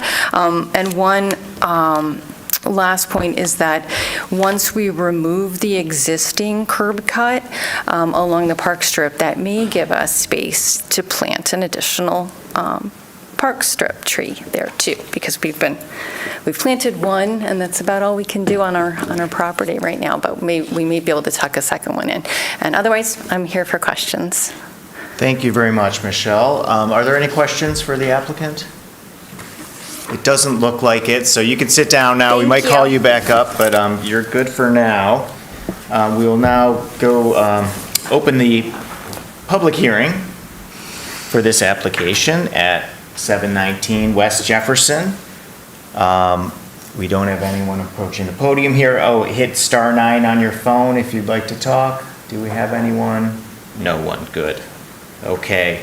We will close the public hearing for this application.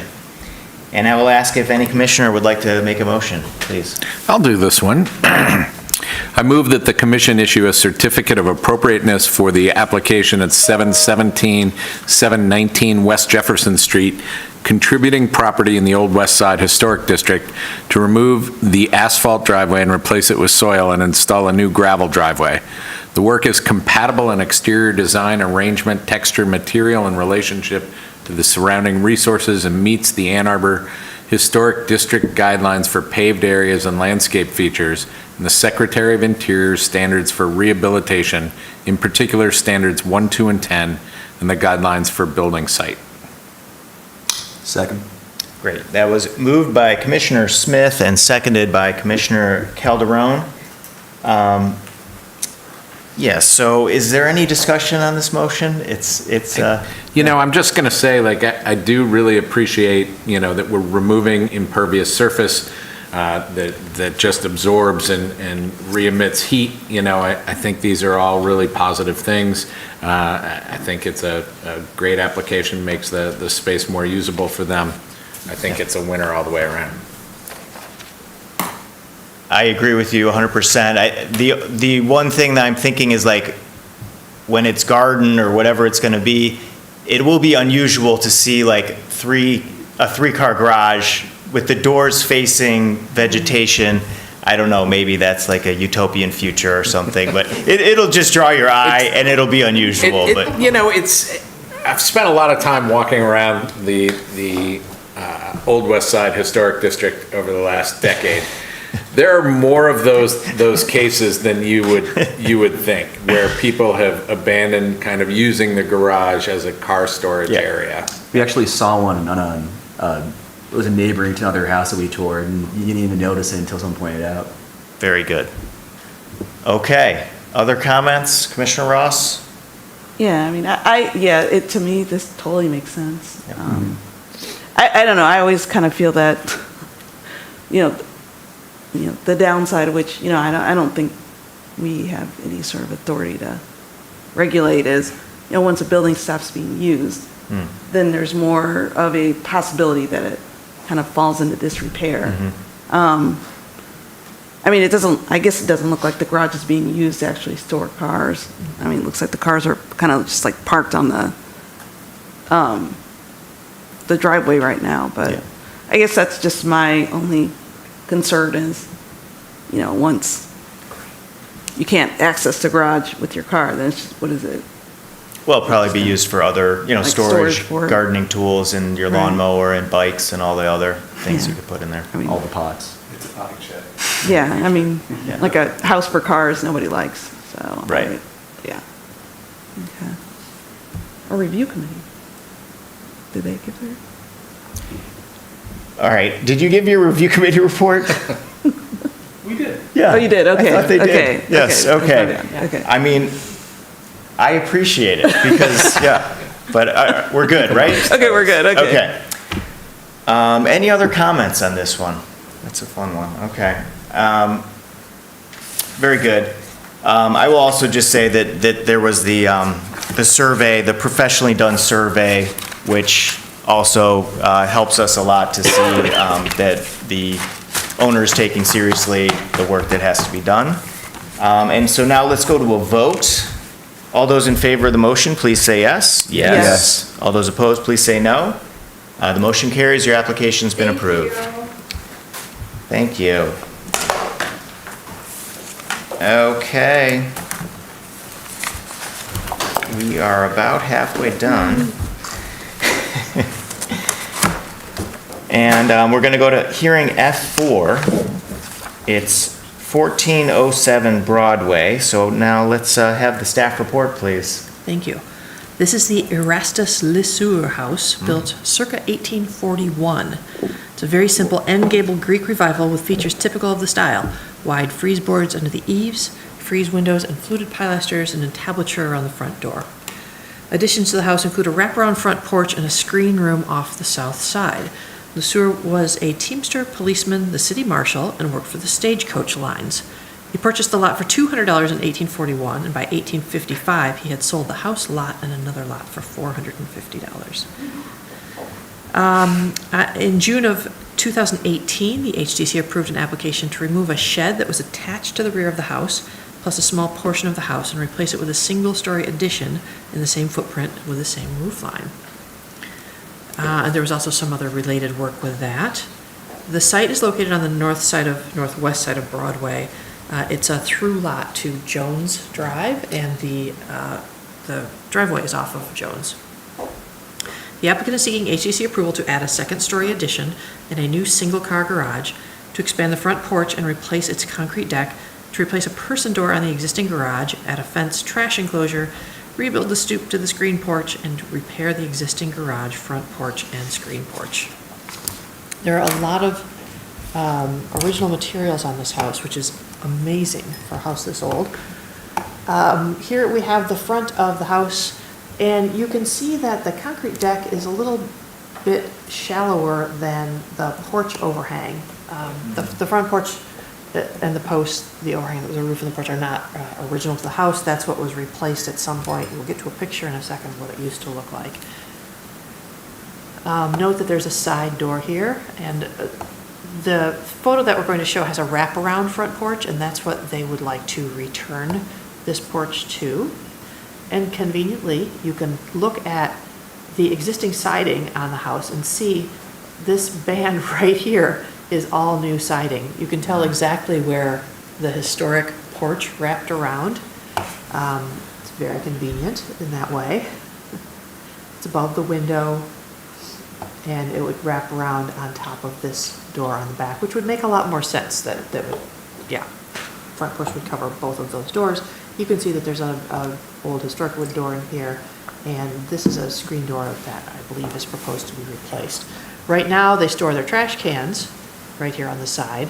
So instead of putting them there under a new covered porch, a small fenced area is proposed over here to keep themselves and the neighbors from having to look at their trash cans.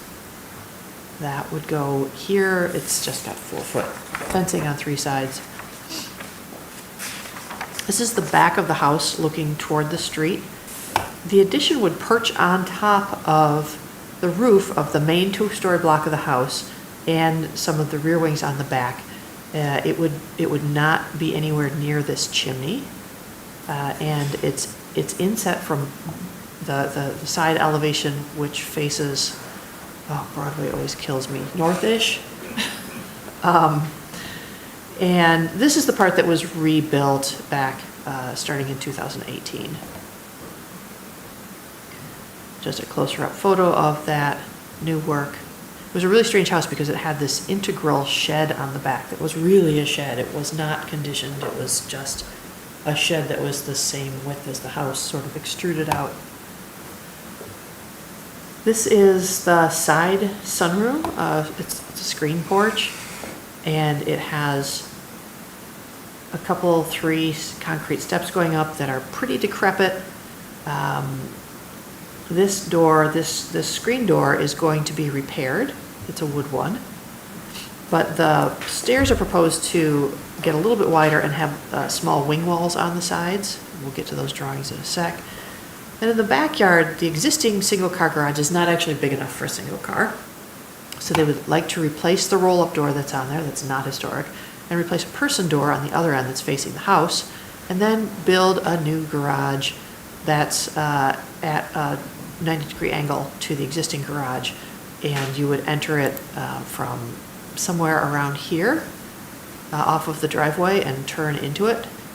This tree and this tree, this is a catalpa, I think. This one is, I think, a maple, would both be lost to the new construction, but neither of those are very old trees. They're certainly not contributing historic trees. It's just another view of that existing garage. So the new garage would be a car garage, and the old garage would be a big shed, an excellent bike shed. Here's the person door. It's an interior door. It's installed upside down. It's seen better days. Since it's not, it may be a historic door, but since it's probably not the historic door that's been on this, it's not original to the house, and since it's not the right door to have there anyway, the proposal is for a new door that also has 6 panels. It's not a replica by any means, but it's a very compatible door. So here's a photo from the late 70s or early 80s. This is a Susan Weinberg photo that's in the Ann Arbor District Library Old News Archives. It's very interesting because you can see that the porch posts have a little bit of trim at the bottom, and then they're sitting on these piers that are 12 or 18 inches tall. They're little concrete piers, which makes sense. We've got a concrete deck down here, and you can see how it wraps around the edge of the house. This is a 1947 aerial photo. The footprint is pretty much the same. The garage is back here. There used to be an outbuilding or two in the way back there. They've been gone since the early 2000s. And the screen porch is over here on the side even. This is the best we could do on Sanborns.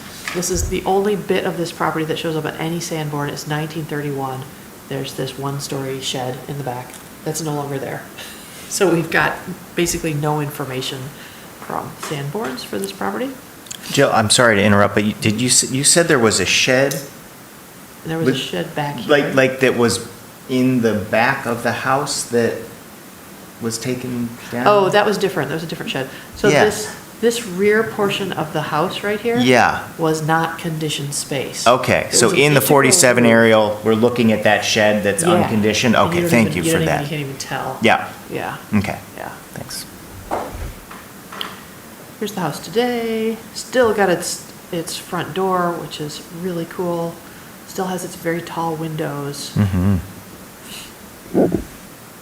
There's a proposal, there are lots of little work items on this application. One of them is to put an access door, a little hatch down on this side where I couldn't get a picture of it, to get into the crawl space under the porch.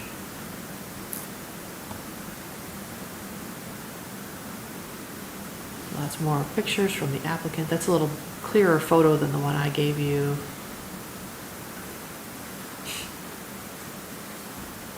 Existing garage, existing door, existing roll-up. Okay, so, this shows us the site. It's a very deep lot.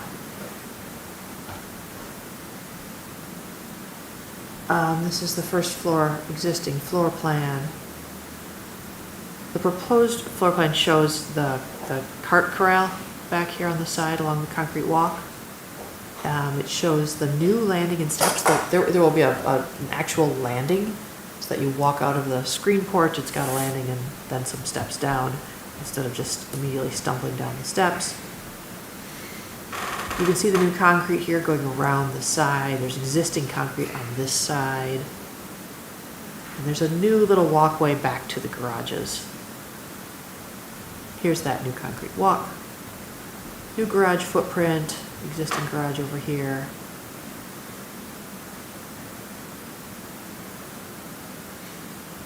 All right, existing second floor plan. This is the interesting part. So this is the historic two-story front block of the house. And see, there's a couple different roof lines here. We've got sort of a pitched roof here. We've got a sort of a hip pitch thing coming off of the side here.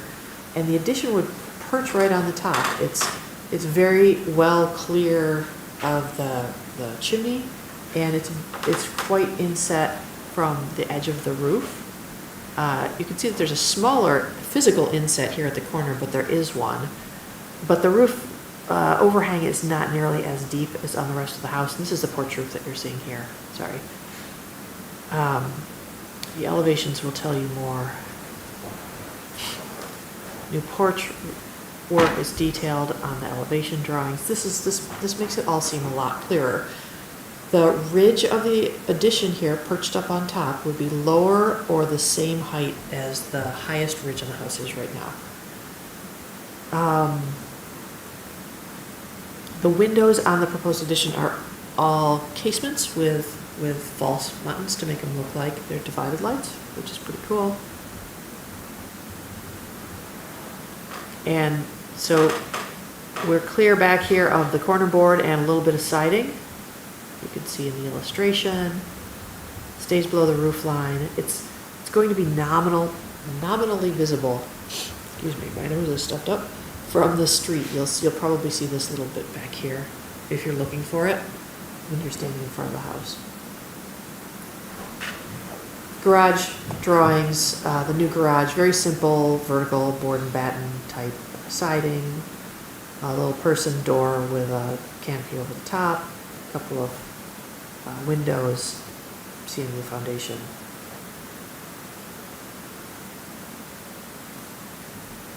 A little more information on that door. It's very deteriorated. It's very deteriorated.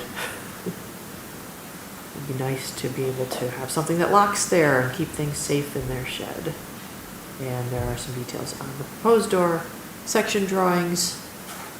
This is an extremely complete application, which I always appreciate because it's so much easier to walk through it that way. And here are a couple of renderings of the new work. We've got the new porch, the new corral for trash cans, the new addition, and the new garage.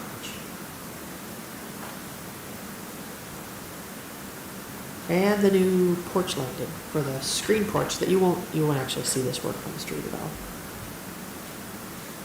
Okay, I have read to you 2, 9, and 10, but number 5 says distinctive features, materials, finishes, and construction techniques or examples of craftsmanship that characterize a property will be preserved.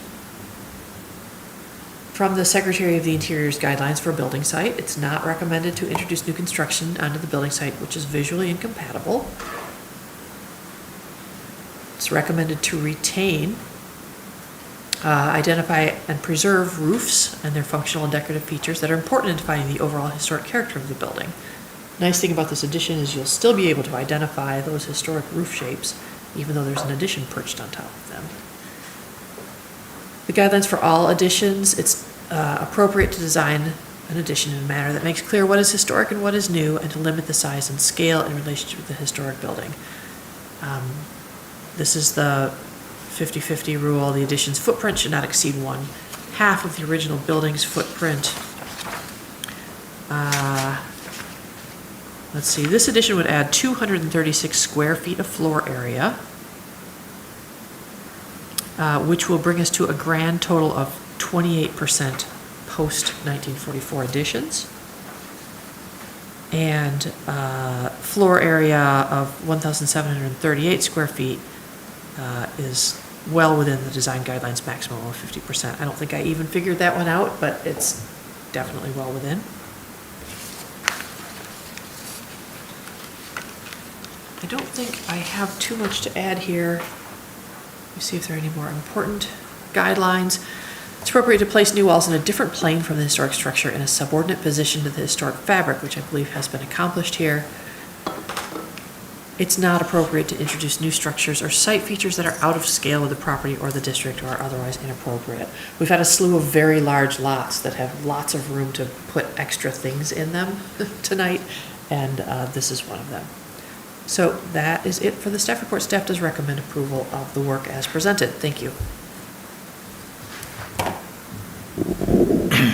Thank you very much for the staff report. We will now move on to the review committee report, so let's hear from the review committee. I mean, I think it's been said, but yeah, the site is incredibly long, so and it's interesting, even in subsequent or in previous additions to the house, it's nice that there's enough space back there that you're walking up to what appears to be a very small house, and as you go behind it, and when you're in the yard looking at it, it's this kind of long compound of things, but none of it's really visible from the street. And a lot can certainly absorb what they're proposing. Thank you. No, absolutely. I would agree with what Steve said. Very good. Thank you both.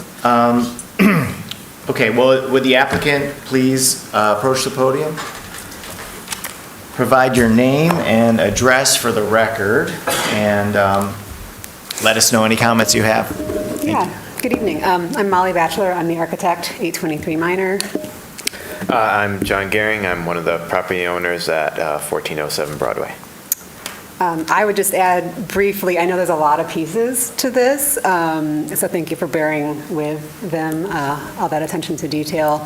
Many of them, we're doing almost maintenance required for the house. The existing garage has some very, definitely needs some maintenance work. The porch is a combination of inferior replacement and deteriorated concrete and foundations. So some of that work, the steps to the screen porch and those other repairs, is just trying to bring back to what it was in a lot of ways. And then where we are adding with the new garage and the addition, we've kept them as small as we can while adding modern functionality. So the goal of the new garage is to have a garage you can park a car in. You cannot park a car in the current garage, and of course, we can't replace it, and adding on to it would be impractical, even if we could manage it historically. And so we've fortunately had the room to simply do another garage, and I think we're able to do it in a way that complements the existing one without competing. It's also, at least certainly when the leaves are on the trees, not going to be visible, even from Jones. It's very covered. And then the small addition on the second floor, the goal is really just to get a bathroom up there. When there's 2 bedrooms up there, it's really nice, obviously, to have a bathroom up there. And this is, working with the existing house and structure and all of the other volumes that are going on and other things that have been done to this house. This is how we felt we could fold it in the most sort of modestly and work with the house. The one other small thing I'll add is that the stairs that are concrete now that we're replacing with wood that come off of the screen porch, I think that our application said they'd be wood tread and risers, but we would actually rather do composite, so Trex or AZEK. But those are, facing the backyard. And you already have a landing that's Trex. Yeah. Yep. That's it from me. Thank you. Any comments? I'll just say really briefly, we love the neighborhood. We love the location. We love this crazy ass house. And, we want to make it a place that's, desirable for us for the long term and, frankly, desirable after we kick the bucket and somebody else owns it. And hopefully, it doesn't deteriorate in the way that this house had in the past. Well said. Thank you. Okay, are there any questions for the applicant while we have him up here? Okay, I don't see any, so please take your seat. We might call you back up if we do, but thank you both.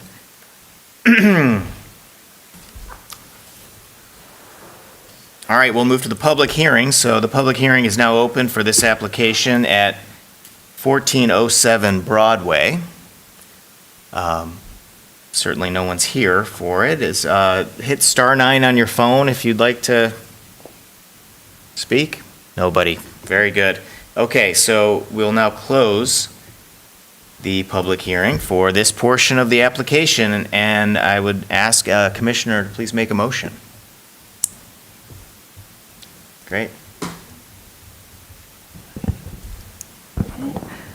I move that the commission issue a certificate of appropriateness for the application at 1407 Broadway Street, a contributing property in the Broadway Historic District, to add a 230-square-foot second-floor addition on top of an existing single-story rear wing and a new single-car garage to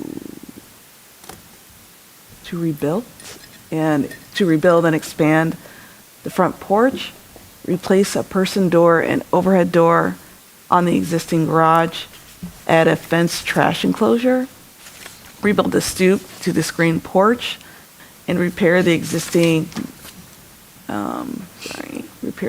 garage, front porch, and screen porch. As proposed, the work is compatible in exterior design, arrangement, texture, material, and relationship to the rest of the building and the surrounding area, and meets the Secretary of the Interior standards for rehabilitation and guidelines for rehabilitating historic buildings, in particular, standards 2, 5, 9, and 10, and the guidelines for building site additions and roofs, as well as the Ann Arbor Historic District Design Guidelines, in particular, the guidelines for additions and accessory structures. Very good. That is moved by Commissioner Ross and seconded by Commissioner Kaplan. There is a lot to this application, but I think that it's also incredibly clearly presented. So I think normally I would sort of chunk it up and we would go through bit by bit, but it seems very clear. So I'll just say openly, are there any comments on this application? No, I think as was said by the architect, a lot of this is maintenance or sort of some of the things that are broken and falling down will just be included in the proposal. I think that the most visible, well, obviously, the most visible from Broadway part of this project will be the rebuilt front porch. It's, we're using a photo here, which is sort of unique but appropriate. We don't really often get a photo to work off of, so usually we just have to build kind of something basic, but this is a nice opportunity. Does anyone have any comments on the porch? Actually, I have a question for the review committee. So is the current front porch, the concrete, I guess, deck, is that new, relatively new, or is that the same deck that we're seeing in the Susan Weinberg photo?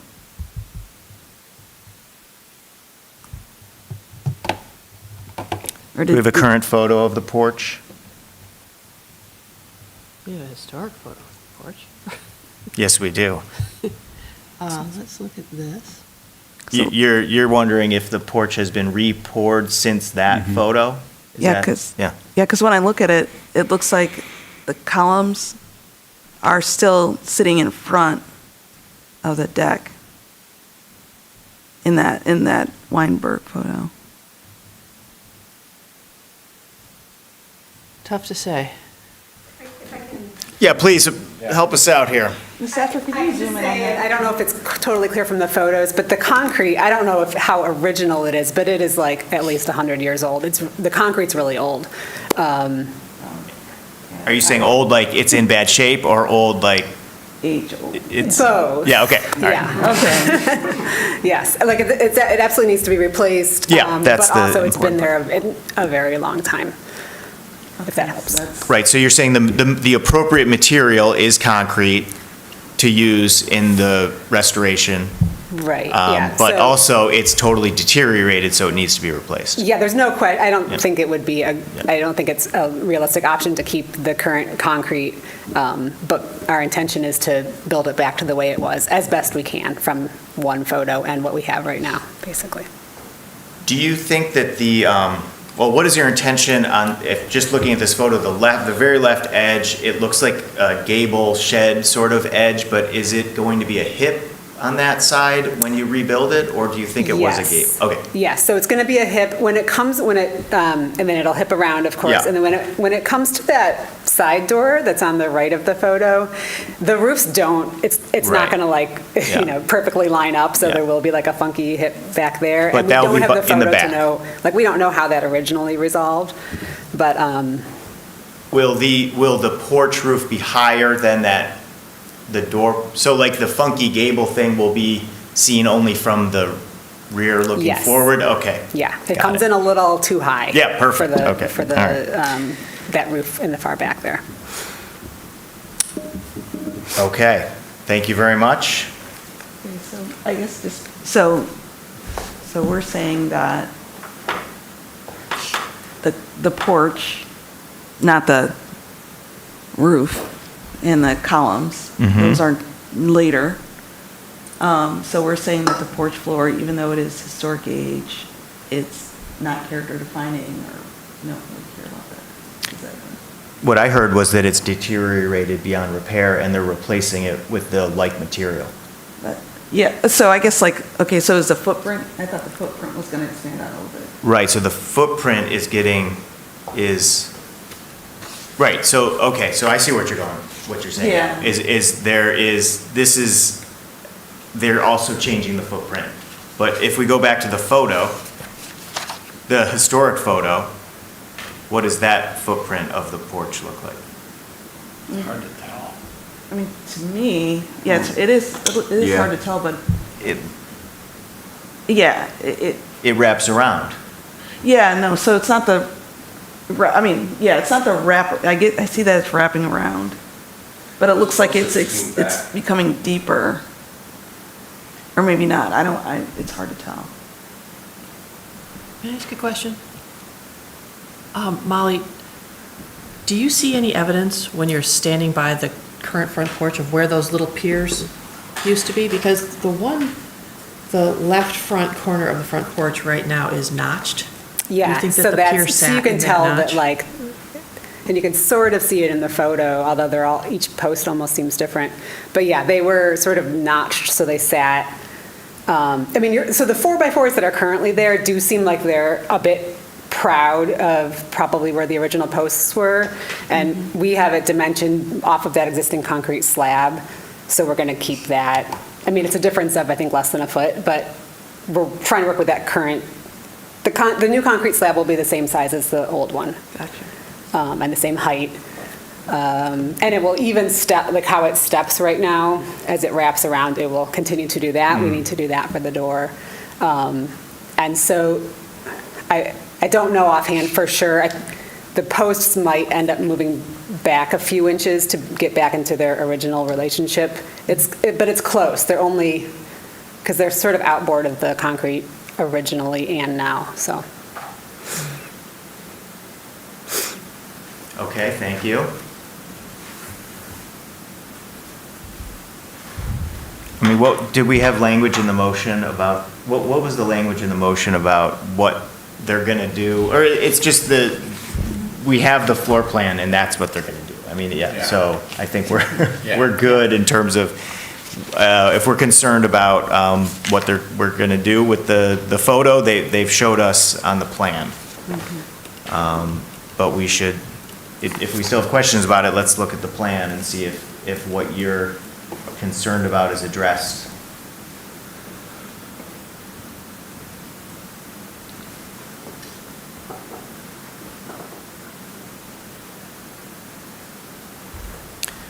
Okay, so there what I'm seeing is, yes, like nestled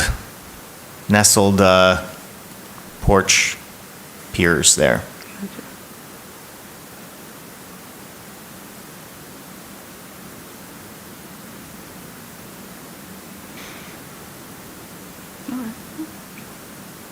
I'm good.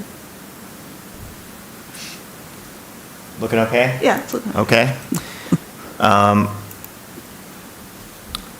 Okay, so that's the front porch. Are there, are there comments, other comments about any other part of the project? We've got the second story addition, we've got the garage. Is there a concern that the new garage, is it differentiated enough from the old garage in terms of details? I guess how are we differentiating the new garage, I suppose is a question for staff. Pretty much all the materials. The materials, Modern. okay, very good. So we have modern materials on the new garage, so it's well differentiated.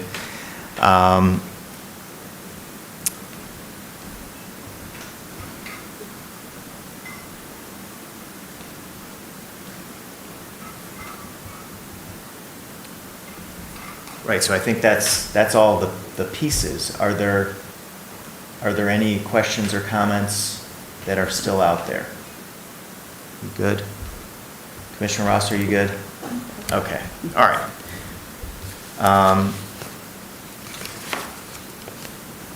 Very good, okay, well, let's go to a vote. All those in favor of this project, of the motion, please say yes. Yes? Yes. All those opposed, please say no. The motion carries, your application's been approved. Okay.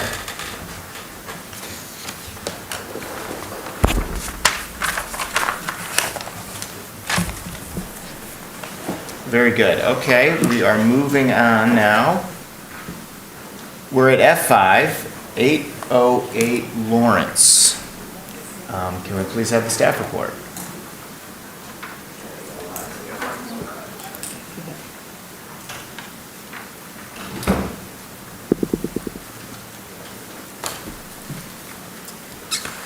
So we are at 808 Lawrence in the old Fourth Ward Historic District.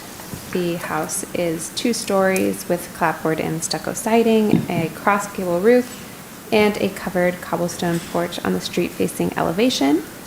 It first appears on the 1916 Sanborn map. It's shown on that map as a rectangular 2-story dwelling with a small porch on the rear elevation and then the large open porch on the street-facing elevation. During the period of significance, there was a rear addition added. There's also a shed on the 1925 Sanborn map that was at the rear of the building, which was demolished when the new larger garage was built in the late 90s or early 2000s. So post 1945, the house has had limited changes aside from that garage that was updated at the rear of the house. The house is located on the south side of Lawrence Street, east of North Thayer Street, and west of North Ingle Street. And the applicant seeks HDC approval to add an 84 square foot rear addition and a new 49 square foot porch off of the south elevation of the house. For that, the applicant proposes the demolition of the existing 35 square foot porch in the same location. So to walk through a few photos, this is the front of the house. You can see the cobblestone porch. You can see the gables with the stucco, and then this is the siding. Another view of the front of the house. This is the rear of the house, the driveway, the garage is off frame here where the photographer is, and then this is where the new addition will go, and then this rear porch, small porch with the stairs will be removed.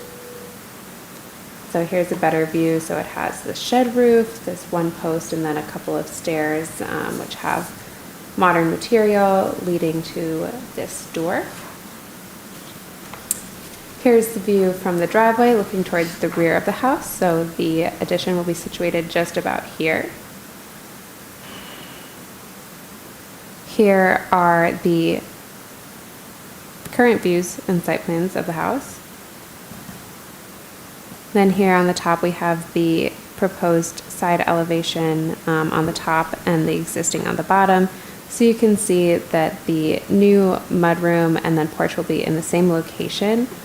They will be inset from this corner right here so that the historic corner will be preserved. Will also be on the inset on this corner right here, which we can see from a different view. So this will be a gable roof with a slightly shallower angle, and then the porch will come off right here with the same few steps leading to the door. You can see the plan. This is the basement. Then here we have the first floor, so just a one-story addition, just this back corner right here. Again, you can see it's inset a little bit here and inset a little bit here to preserve those historic corners. And then here is a rendering, so you have the gable of the new addition and then these porch that extends. There is no rail, there's just these posts and then the stairs leading down to the backyard. There'll be a new door installed. It will be minimally visible from the street. It is inset from this side elevation. The kind of eave of the gable does extend just a little bit beyond, but it's set towards the back of the house. It will be barely visible. And then here's a current photo. Again, will be located just about here. Then here are some of the applicant photos.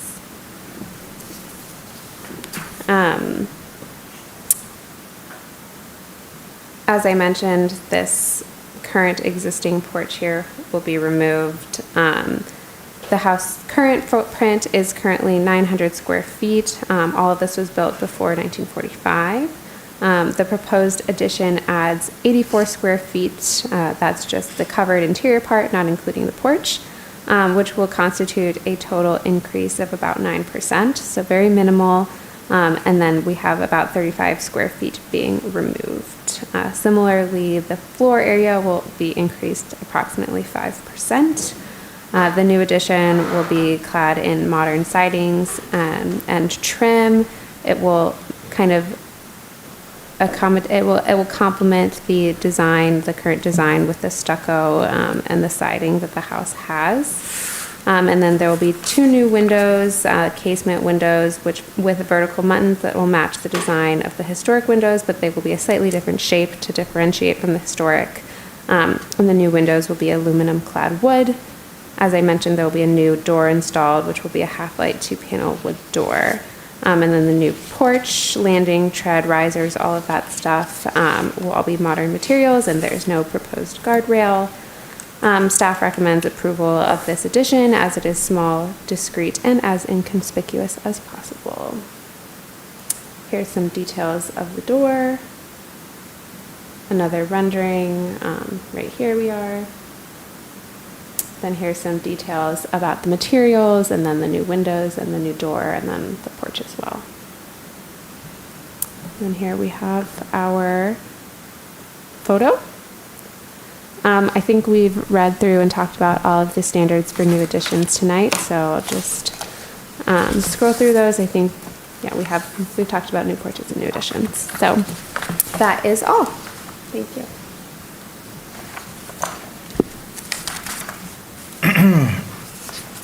Well, great. Thank you very much for the staff report. Now we will get the review committee report. So let's hear from the review committee.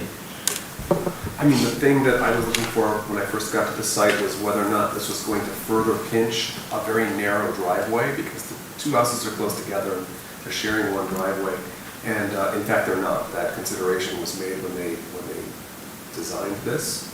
So once you've let your breath out from making that narrow pass in your car, you're home free by the time you get to that addition.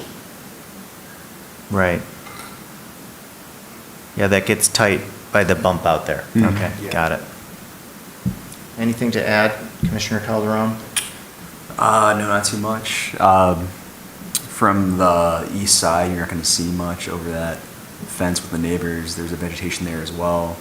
All you are going to see from the front of the house is, I think, a little bit of gutter, but that's about it. Right, very good. Thank you both. Now we'll move on to the applicant comments. So the applicant, please step forward, approach the podium, provide your name and address for the record, and let us know if you have anything to add. My name is Jimmy Bevilacqua. My address is 1311 West Huron. I'm the designer for this. I don't know if the homeowners are on.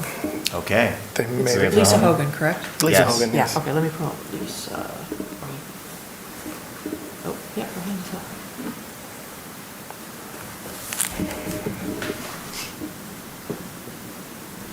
All right. Here she is. So Lisa, are you on? Yes, I'm here. Okay. Is there something that you want to say, just to kind of introduce why the project's happening? Hi, my name is Lisa Hogan. I live at 808 Lawrence. I've actually grew up in this house. We're fourth generation to live in the house, and I think really we're just looking to add a main floor bathroom and mudroom because there isn't a lot of storage and places to expand and just enjoy living in a house that I have spent most of my life in.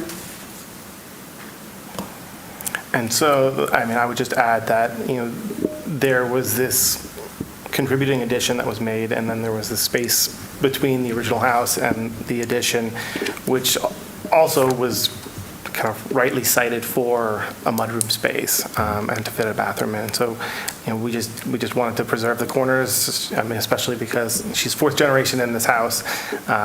It's important to her as well to kind of preserve what the house was and to kind of echo some of the details, but using modern materials to change from that. So. Okay. Well, thank you both for that. Are there any questions for the applicant or the owner while we have them here? Okay, I'm not seeing any, so please take a seat. We'll do the public hearing. So the public hearing is now open for this application at 808 Lawrence. Hit star 9 on your phone if you'd like to speak or come to the podium. Doesn't look like we have anyone calling on the line. Great. So let's close the public hearing portion for this application, and I'll ask if a commissioner would like to make a motion, please. I move that the commission issue a certificate of appropriateness for the application at 808 Lawrence Street, a contributing property in the Old Fourth Ward Historic District, to add an 84 square foot rear addition and a connecting 49 square foot porch. As proposed, the work is compatible in exterior design, arrangement, texture, material, and relationship to the rest of the building and the surrounding area, and meets the Secretary of Interior's standards for rehabilitation and guidelines for rehabilitating historic buildings. in particular standards 2, 5, 9, and 10, and the guidelines for building site additions and roofs, as well as the Ann Arbor Historic District design guidelines for all additions, residential additions, and roofs. Second. Great. That was moved by Commissioner Kaplan and seconded by Commissioner Calderon. Yeah, so is there any discussion on the motion?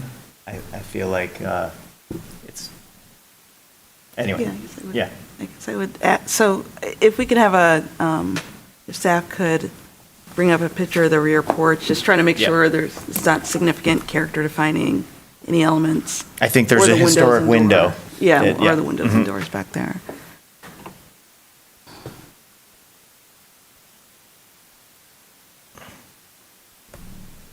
So the porch itself, the staff report said that there was something on the Sanborn that was like a one-story rear porch. Is that basically what we're looking at? Like, is that what was shown on the Sanborn, or was that in a different spot or something?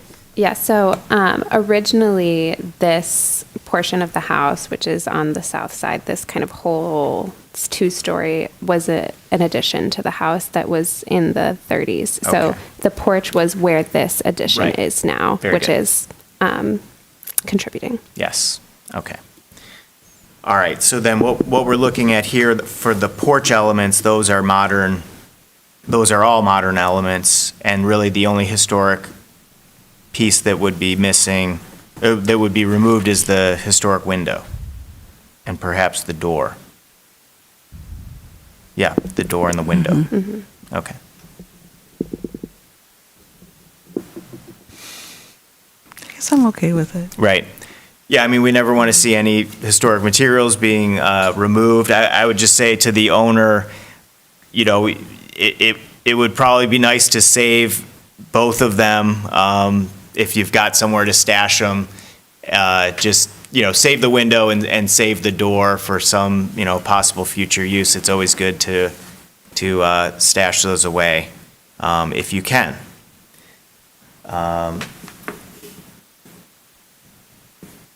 Any other comments? I mean, it's a sort of a short and sweet story here of what they're doing, and the application was, again, very clear.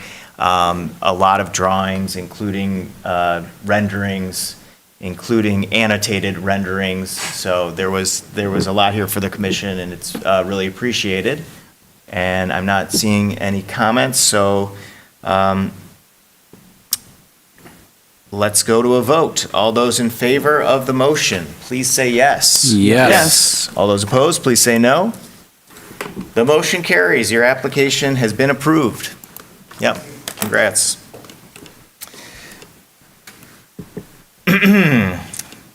Very good. Okay, we are moving right along here, gang. We are all the way out to F6. I'm losing my voice, but I think we'll make it. It's 3, 2, 1, and. Anyone can do the staff report. We're all ears, I'll do it. right? It's so fun. I like this house because I lived in it in 1992. Wow. Yeah. Oh, my. I loved it then and I love it now. And I love the new paint job that Is it's that getting. in this? That wasn't in the staff report, though. I don't think so. It was 92, You 93 should have school year. put with that my in there. 4 roommates. But this is a 2-story Italianate that was first occupied by Silvina Cowles in 1878. Features 2/2 windows, bracketed eaves, and a cut stone foundation. The west elevation has a 2-story side gable, and the east elevation features a first-floor box bay window. From 92 until the mid-1920s, it was used as the parsonage for the First Baptist Church. And then next, a blacksmith lived in the house with his family until the late 1930s, when it was converted to apartments. The site is on the north side of East Ann Street, between North Fifth Avenue and North Division Street, right across from my window in City Hall. And the applicant is seeking HCC approval to replace a non-original front stoop with a new roofed entry porch. Right now, the house has a concrete stoop with concrete steps going down and metal guardrails, and that's it. You can see that it has an awesome cut stone foundation. It's just a gorgeous house. This is the other side elevation that faces east. It's got a boxed bay with a lot of interesting features. Front door has a couple of panels and a half light. There it is. Very heavy trim surrounding it. But what it doesn't have is a front porch, and it did used to have one. This is looks like the 1931 Sanborn. It had a full width front porch. So, and it has a back porch which is still existing as well. The proposal is not to put on a full width front porch, but to put on a new small front porch close to the same dimensions as the existing front stoop. That's concrete. Here it is. You can see there's existing concrete sidewalk sort of surrounding it that will all stay and be used. We can go through very quickly the existing. It's concrete and a guardrail. Not much to look at there. And the same here. So the proposed deck is 6'9" by 5'4" with a little bit of an eave overhang. It has straight posts, a couple of decorative brackets that will complement the ones in the front-facing gable, but they're not ostentatious and they're not exact replicas of anything. They're just a nice small amount of trim. The guardrails meet the HDC design guidelines. They're the traditional height with simple square balusters and rails on flat with this little extender on the top to make them tall enough to meet modern building code requirements. Materials are detailed on the drawings. We've got wrapped posts to give us a 5x5 column when we're done. Very simple bases and capitals. Rubber roofing, wood steps. The decking is decking. It is an open joint, not a closed one. Okay. And they do run parallel to the house, not perpendicular to the house. Since this is not a historic recreation of anything, I think that's okay. It kind of helps you walk up and go, oh wait, this isn't old, this isn't historic. Look at that deck. Yeah. But it's a very inconspicuous way to do it because you're never going to notice that if you're just standing on the street. Painted wood lattice, which is appropriate per the design guidelines. It's just a simple and straightforward and very compatible with the house design for a new porch. Let's see, I've read for you 1, 2, 9, and 10 already. From the Secretary of the Interior's guidelines for district or neighborhood setting, it's recommended to design a new feature when the historic feature is completely missing, maybe a restoration based on documentary or physical evidence, or a new design that is compatible with the historic character of the setting. This one falls in the latter category. I believe that this is highly compatible with the historic character of the setting.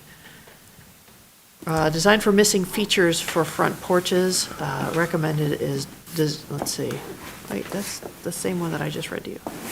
Let's keep going.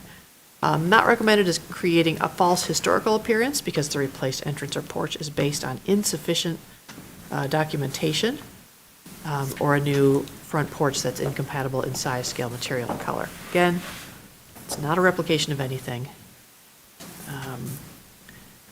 From the Ann Arbor Historic District Design Guidelines for residential porches, it's appropriate to use replacement features that match the documented historic ones. If no documentation exists, use simple plain designs, which this is. For residential porches, it's not appropriate to use decking as a flooring material that does not have a closed butt joint. That was what I just spoke to you about. It's appropriate to design new sidewalks, entrances, steps, porches, and canopies to be consistent with the historic rhythm established in the district. I think this does that quite well. It's going to have a very compatible historic design without being too ye olde, as they say. And I think that it will class up the house and fit in very well with the neighborhood. I don't think I have much more to add, but let me take a look.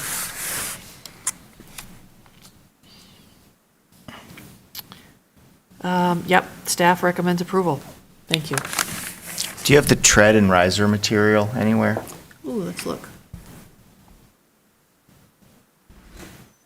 Or we can ask the applicant. The decking is wood. Yeah. I don't think the treads and the risers are indicated here, so. All right, we can well, ask. we shall ask. Well, thank you very much for the staff report. And it's amended to show that you live there. And view it from your office window. It's great. Okay, let's go to the review committee report. So let's hear from the review committee. Who wants to go? I think Jill put it pretty well. I don't think there's too much more to add. Okay. Anything? Or I mean, the only thing I'd say is that what's there now seems more conspicuously not congruous with the house than what they're putting in. It really doesn't look like it should be there. Right. And that's why they're doing this. Okay, so let's hear from the applicant. Would the applicant please approach the podium? Thank you. Provide your name and address for the record, and then just please comment on what you've heard so far. Is there someone else joining you or calling If it? it hadn't gotten dark, I could probably see it right now. Oh, yeah. I got dark on us. I'm Kevin Adkins, the architect. My address is 8539 Lawrence Avenue. I'm here representing 321 East Ann.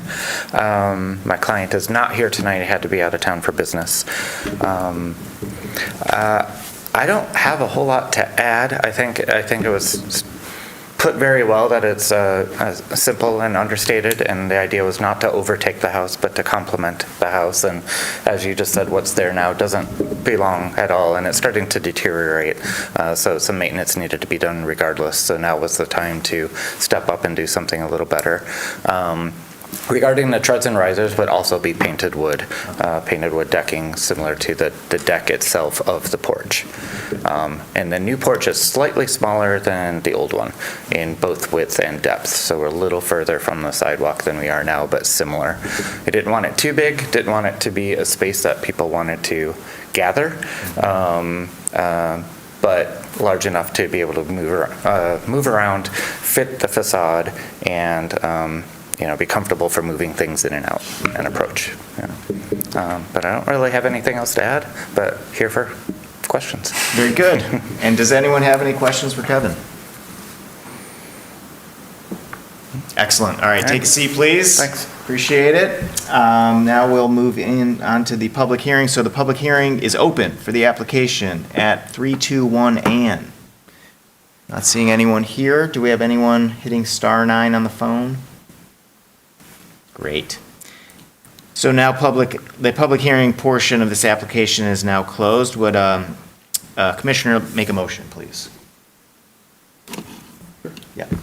I move that the commission issue a certificate of appropriateness for the application at 321 East Ann Street, a contributing property in the Old Fourth Ward Historic District, to replace a non-historic front stoop with a new covered porch as proposed. The work is compatible in exterior design, arrangement, and material to the building and to the surrounding area, and it meets the Secretary of the Interior's standards for rehabilitation and guidelines for rehabilitating historic buildings, in particular, standards 2, 9, and 10, and the guidelines for neighborhood setting and entrances and porches in the City of Ann Arbor Historic District Design Guidelines. Second. Great. So that was moved by Commissioner Kaplan and seconded by Commissioner Ross. The only thing I sort of heard and saw in the application was that the porch decking itself is not appropriate. It's supposed to be tongue and groove decking if you're doing this, quote unquote, by the standards. But it seems like everything else is appropriate. And so, staff is saying that that's not enough to, sway the argument here, and I would agree. Does anyone have any comments? Very good. Okay, well, let's just go to a vote. All those in favor of the motion, please say yes. Yes. All those opposed, please say no. Great, the motion carries. Your application has been approved. Thank you. Have a good night. Great. Okay. It is 9:35. Does anyone need like a few-minute break here, or should we just charge on ahead? Just want to give that power through. option for anyone who's, No, I'm good. we used to have a commissioner who really needed a break at around 9:30. Okay, let's move on ahead. F7, 115 Crest. Okay, this is my last one for the night. Okay. Go ahead, I'm just going to... Okay. We are in the Old West Side Historic District at 115 Crest Street. It's a two-story house with a gable roof and a central dormer on the street-facing elevation. According to city directories, the house was built in 1929, and that occupant that year was Clarence W. Burrow. The house does not appear on any Sanborn maps because Ann Arbor was not surveyed. That part of Ann Arbor was not surveyed. More recently, in 2016, the former owners of the house replaced the building foundation, and as part of that work, the rear brick patio and the front and back decking and steps were reset and rebuilt, and the front porch was redesigned with a gable awning. That same year, some areas of damaged siding were replaced to match the existing non-historic siding.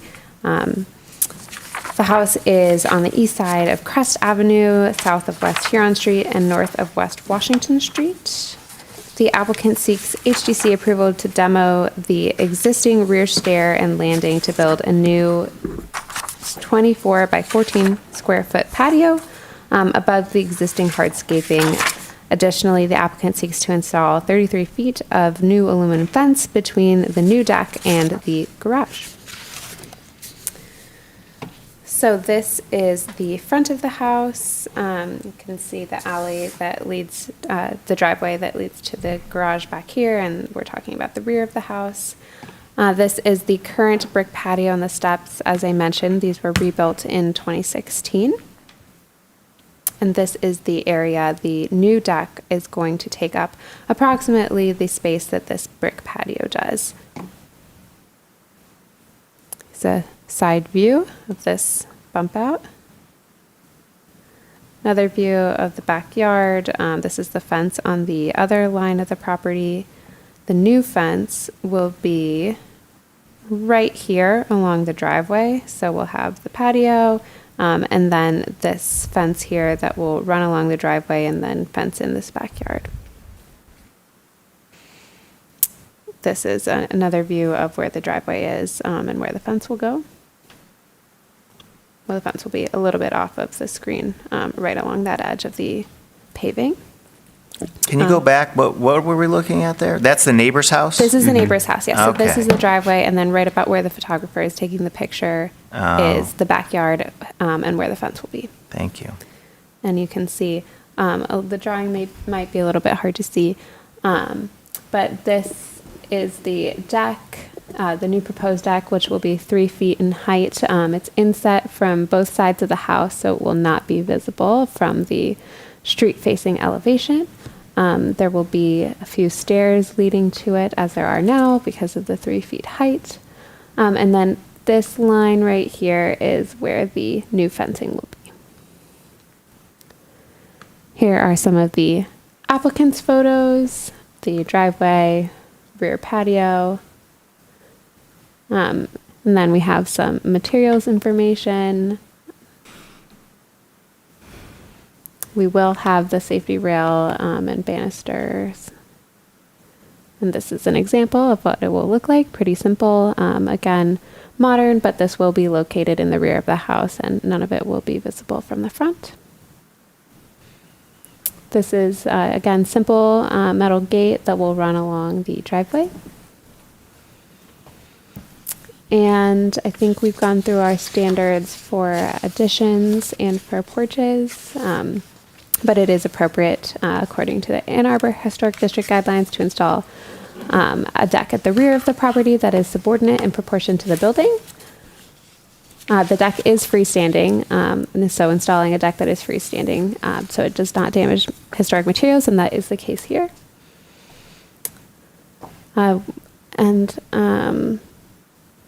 the fencing similarly appropriate to install fences and walls that meet city code and that are no higher than 3 feet in the front yard and 6 feet in the rear yard, and that is fine in this case. And we are using metal.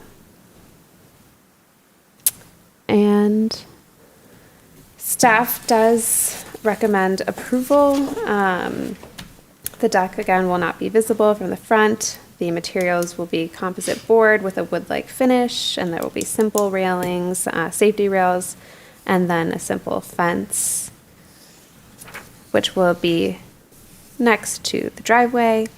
And staff believes that this meets all the design guidelines and no historic materials will be affected. Again, it is self-supporting, and this brick patio and the existing landing and stairs were built in the past 10 years. So, thank you. Thank you very much. Okay, now we'll move to the review committee report. Let's hear from the review committee. It's a pretty straightforward project. The deck would be out of the public view. Owners had mentioned that there had been a fence there before, which was taken down. Yeah. Commissioner Kaplan, anything to add? Nothing on Okay. this one, no. Thank you. Okay, then, let's move to applicant comments, and I don't see the applicant. Is the applicant here? No, okay. Is the applicant? The applicant should, yeah, he's in the Zoom room. Andrew, are you there? Yes, I'm here. Great. Okay, we've got Andrew. Can you please state your name and address for the record, and let us know if you have any comments on what you've heard so far? My name is Andrew Jazowski, at 115 Crest.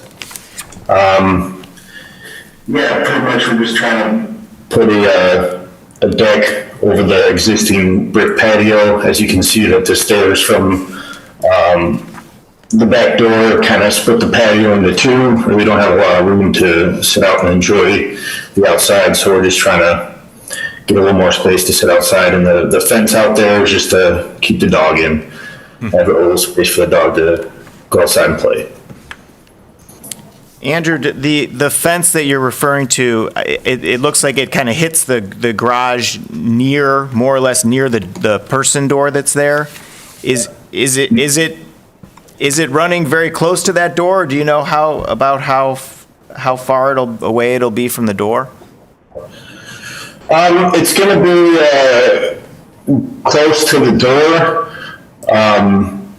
but there'll be a gate, obviously, to get in and out of the door. It won't affect the door opening or closing. Okay. All right. That was my concern with that question, so thank you. Does anyone else have any questions for Andrew? Okay, I'm not seeing any. Okay, Andrew, hold tight. We might come back to you in a sec, but for now, we're good. Okay, so we'll move to the public hearing. The public hearing is open for this application at 115 Crest. I'm not seeing anyone approaching the podium here. Do we have any star nines? Okay. Well, then, let's close the public hearing portion of this application, and I'll ask if a commissioner would like to make a motion. Anyone? Sure. Okay. I move that the commission issues a certificate of appropriateness for the application of 115 Crest Avenue, a contributing property of the Old West Side Historic District, to demolish an existing landing and stair to build a new 24-foot by 14-foot deck and to add 33 feet of fencing in the rear yard. The work is compatible in exterior design, arrangement, texture, material, and in relationship to the surrounding resources and meets the Ann Arbor Historic District design guidelines for residential decks and the Secretary of Interior standards for rehabilitation and guidelines for rehabilitation historic buildings, in particular standards 9 and 10 and the guidelines for district, neighborhood, and setting. Can someone support that motion? Second. Okay. Thank you very much. That was moved by Commissioner Calderon and seconded by Commissioner Kaplan. Okay, so yeah, this is, we're not removing any historic material, and it's a completely invisible from the street project. It's very small and basic, so I'm wondering if there's any comments or I'm not seeing any comments. Great. Okay. Very good. Let's go to a vote then on this. All those in favor of the motion, please say yes. Yes. Yes. All those opposed, please say no. Okay, the motion carries. Your application has been approved. Thank you, Andrew. Thank you. Take care. Okay. Very good. Okay, so that brings us to F8, hearing F8, 903 West Huron. Sounds like Ms. Thatcher will give the staff report, please. Yes. Thank you. This is another amazing Italianate house.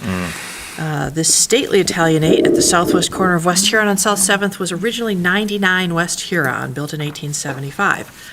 It's a near twin of 844 West Huron, which is kitty corner across the intersection, and was built 3 years earlier.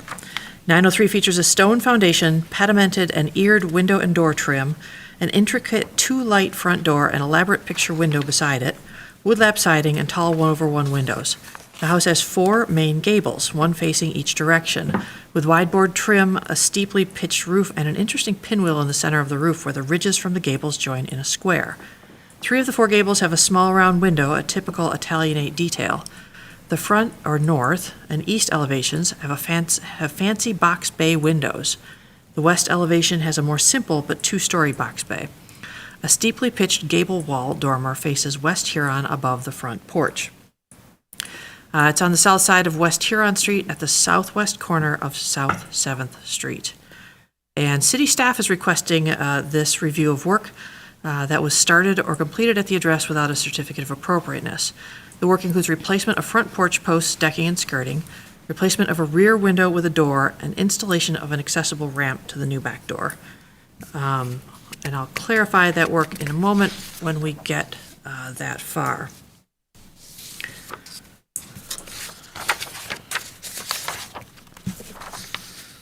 All right, so this is a 4-unit rental property.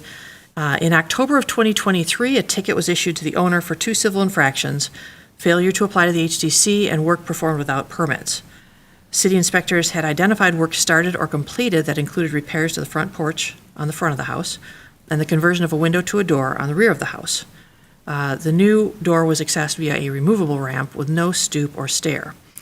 In November of 2023, the property owner submitted 3 photographs and this description in stream to repair the front and rear deck, replace the rear stoop and ramp, replace 3 rear doors, build a new ramp for the owner unit, and replace windows in a 1-story addition along 7th Street. Staff emailed a list of required information that would make the application complete, but that information was never uploaded to Stream or otherwise provided, except additional photos were emailed to staff from the property owner, and those are included in the attachments. The ticket that was issued resulted in multiple court appearances. Since the property owner has not submitted a complete HTC application in Stream, this is a staff-initiated request just for the work that's been undertaken to date to resolve this outstanding situation. All right, so here we can go through the pictures as we talk about this. This is in April of 2024. You can clearly see the new porch posts that haven't been painted yet. There's some work on the soffit of the front porch. There is new decking and new skirting. And on the back of the house, there's a window. You can see its old pediment up here on the top, like this one. That's been removed and a door has been installed. And this is that removable ramp. It shows up in some pictures, but not all of them. These are right now review committee site visit photos from Monday, June 10. Just a few close-ups of the porch and work that was done. There's a new, I don't know if you call that a header beam, but a beam across the front. This was not an original porch. It was a very similar, very simple style.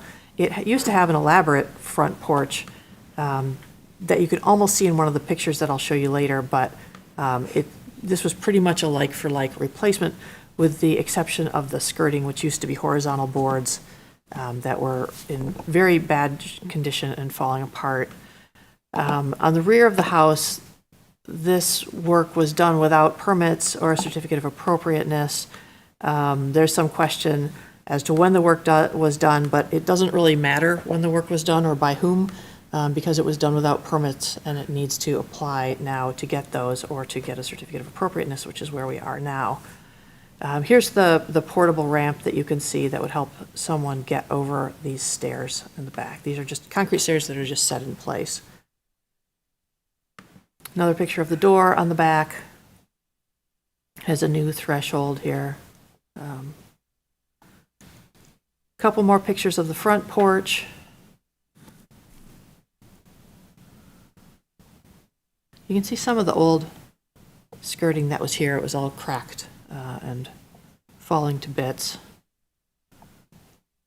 This trim board is new. It matches the dimensions of the one, the older part that's still there. And you can see this lattice mounted behind that trim. These photos are going to go backwards in time from the newest to the oldest. So April 2024, this is a Google Street View photo showing the door. Just in comparison of November 2020, when you can clearly, from Google Street View, see that there was a window there. You can still see the eared trim, like this window over here, and that the trim boards went down the sides. This is owner's photograph of a door that he replaced in the same opening. This was from March 20th, emailed to me. This is just a plain door. It doesn't have the light up above.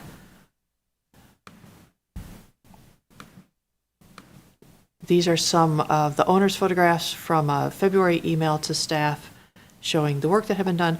The decking is a closed butt joint. They're very thick boards, but that is the appropriate direction for them to go. You know, on the historic direction of decking, even though lots of builders don't like to install it that way because it's a lot more difficult. But does have a closed butt joint, which is appreciated and looks more historic. These are more February photos from the owner to staff. You can see that I'm not sure if this used to be a brick foundation back here or if this was a window that at some point in the past was filled in. Hard to say. This little bump out is a more modern bump out, and you can see it has a CMU foundation. And this wing over here is an infill addition also on a CMU foundation. Yeah, in fact, it looks like there's a brick foundation over here on the side, so that may be just original wall that we're looking at under there.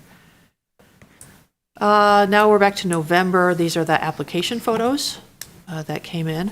So the original HDC application number is HDC 230214 that came in last November. But since there's other work on that application that we didn't have enough information for, that's like work that hasn't been done or started yet and it's looking forward, we've left that alone and given it a new application number with an HDC 24 that's listed on the agenda, just to peel out those two work pieces that are bogging down the rest of the rental inspections and things like that.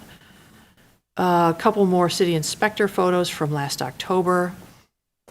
The front door is beautiful, and this window is very elaborate. The house is just really striking. I wish I had a close-up of the bay window to show you too. This is a city assessor's photo from May of 2022 that shows that the window was still there then. So we're looking at sometime between, we got two photos of 2020 and 2022 showing the window, so sometime between then and now. Super pixelated, but you can still see the trim around there. And this is a 1972 Ann Arbor News photo. It's got a guardrail here at this point, and you can just barely sort of make out what's probably little brackets or little corbels up there, a little decorative trim, but again, that was 1972. That stuff is long gone. But it's just an interesting view of the house. These round little windows up in the gables are a very Italianate detail, and that front gable is just really cool, that wall dormer. That's it for, whoops, went a little too far. That's it for the photos. Now let me move through some of the work items. On the front porch, I already mentioned that the front beam and square posts were not original, nor was the decking, and that the new posts are appropriate since they're simple and the design of the original post is only partially known. There's a half post. Maybe I can get that back for you. That's up against the door.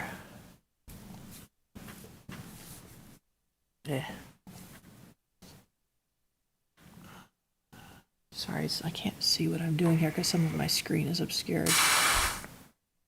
Thank you. Yeah, okay. I'm going to stop the share for a minute and let Mariana scroll through and get all the way to the back of the presentation again to find the photos. But there is a half post mounted against the wall by the picture window. It has chamfered corners. It's likely that the original porch had decorative brackets and stuff, but that's all missing now and has been long gone. And staff believes that the porch work is generally compatible because historic materials aren't believed to have been removed. And then moving to the back of the house, visible from the public right-of-way, the window was replaced with a door. The only historic material remaining is the former window's pedimented crown. The trim's been removed that surrounded the sides. The opening's been made larger to accommodate a steel door, and a narrow disproportionate transom window above it. The door and transom are framed by underlayment or tar paper, and the intended design or method to finish this trim is unknown. It's not known why the door was installed. I mean, you can hypothesize that it was for access to one of the units inside. The use of a ramp implies that there was a mobility challenge for someone living there. But whether the owner first explored equivalent health and safety systems, methods, or devices that would have been less damaging to historic spaces, features, and finishes is unknown. It should be noted, I think I already mentioned this, but that who performed the work is not relevant. The work was undertaken without permits, and the current owner is responsible for attaining a certificate of appropriateness, restoring the resource to its former condition, or modifying the work so that it qualifies for a certificate of appropriateness. So the Secretary of Interior standards, I'm going to read through with some comments. Standard 1 says a property will be used as it was historically or be given a new use that requires minimal change to its distinctive materials, features, spaces, and spatial relationships. The historic use of the house is a single-family residence. The current use is four one-bedroom apartments, each with a maximum of 2 occupants. Staff believes that replacing a character-defining window with a new back door is not a minimal change and is incongruous with Standard 1.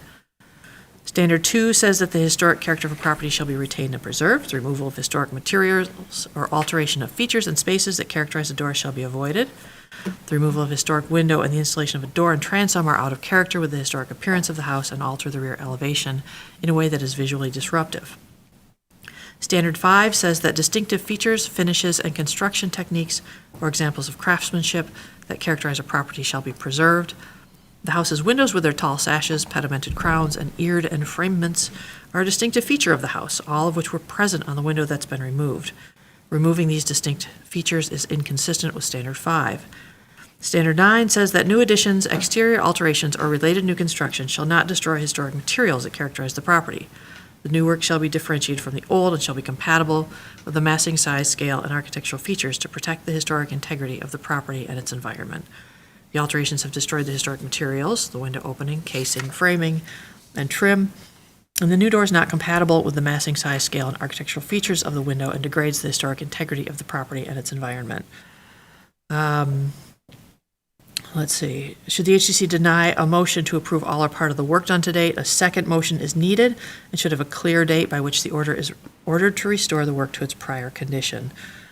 So there are possible motions that are only a suggestion. You can make a motion for whatever you'd like. Again, these are staff's recommendations. The commission may find that the work is entirely appropriate, but given the limited information that I had to work with, this is what staff's recommendations are. And I think that's it. Thank you.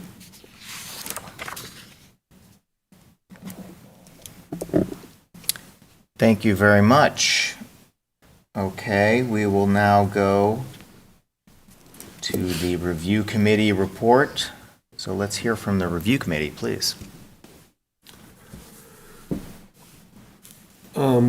I don't know, there's a lot to add. The staff report's pretty complete here. You can see the work is new. It's not complete in terms of it being painted. It's subtly different from the original front columns of the porch, for instance. But the boards, while tongue and groove, are a little bit thicker, but fairly close. In the back, I'm not sure. It's from the pictures. It's looking as though there's a new door replacing a previous door that's then also work. So it's work layered on work, I think. Anything to add? No. Can the review committee please comment on the visibility of the door in question from the public right-of-way? If you're on 7th Street and you're coming up to the intersection of 7th and Huron, and you're stopped, you're looking sideways down this wall. You can see it. Yeah. It's not hidden behind us. I mean, this is a corner house. Yeah. So it doesn't have a lot of invisible walls. Right. Yeah. It's not on a street-facing. No, it's not. Elevation, but you can still see it from the sidewalk. Okay. Yeah. Agreed? Okay. Okay. Thank you, review committee. Let's now get the applicant comments. So would the applicant please approach the podium, provide your name and address for the record, and you've heard the comments. Please comment on what you've heard so far. Yeah, so my name is Mark Fisher. Live at 209 Pleasant Place. I'm an owner of the building. I would deeply challenge much of what the chronological presentation of the photos and what has happened with this home. My mother sat on this board for a very long time. I'm from Ann Arbor. I've redone over 400 homes in town. I take the historic significance of every property to heart. This house is in a state of significant disrepair. The intent was to paint the home and clean it up. The staff did not share with you all the photos that have been submitted, including ones of the door that was there with the trim on the frame and window before we removed them. The photos the assessor and city attorney have agreed that they have submitted are completely out of order and date is not correct, 100%. So the fact that it was at one time a window, that is true. I agree with that. But at what point did it become, and at what point were historic requirements necessary? That I take challenge with. Regardless, I would want in every way it to conform and look appropriate. We chose a door which is the raised panel we thought was more appropriate. We put a submission in for the other door, which is in terrible disrepair, a flat panel birch door with peeling veneer. That was what was similar there, but it was painted white. The one under the overhang to the left was not.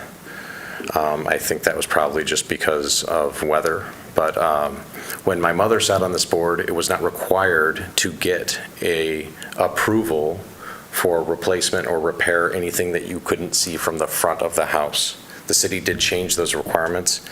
I've never been notified. I've never heard of such changes. I was later found out why that happened, but this was not intended to bypass this board at all, any of this work.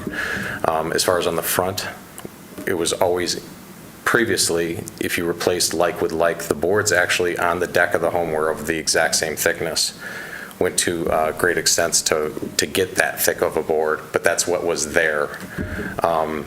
We thought we were in compliance. We were just replacing the top decking. None of the structure was replaced. This was a maintenance thing. It was rotted. It was falling apart. It was completely dilapidated. We stopped work immediately when Peter Held asked us to and asked me to apply for a building permit. I said, wow, I was shocked for any of this. He didn't even know of the door. I pointed it out to him. Hey, I'm changing this door. It can't be seen from the street, so I don't think I need historical board approval. I later submitted for all three doors on the back of the house to save the front door, which is original. The three back doors are not at all original. and we were painting the house. As far as, any of this other stuff goes, I'm happy to, share with you the completely what has happened here, but I feel that the staff report is deeply inaccurate. Additionally, I think Stream is an awesome system, use it all the time, but it really is not very user-friendly when it comes to making this type of application. The way it's been set up, it doesn't allow you to really explain what has happened, so. I think there's some confusion about when the window changed to a door. Sounds like you would agree with that statement. I think there is confusion, Yeah. but originally, to back this up, I was just told, hey, this can be a staff approval if you can just show us a picture of it together.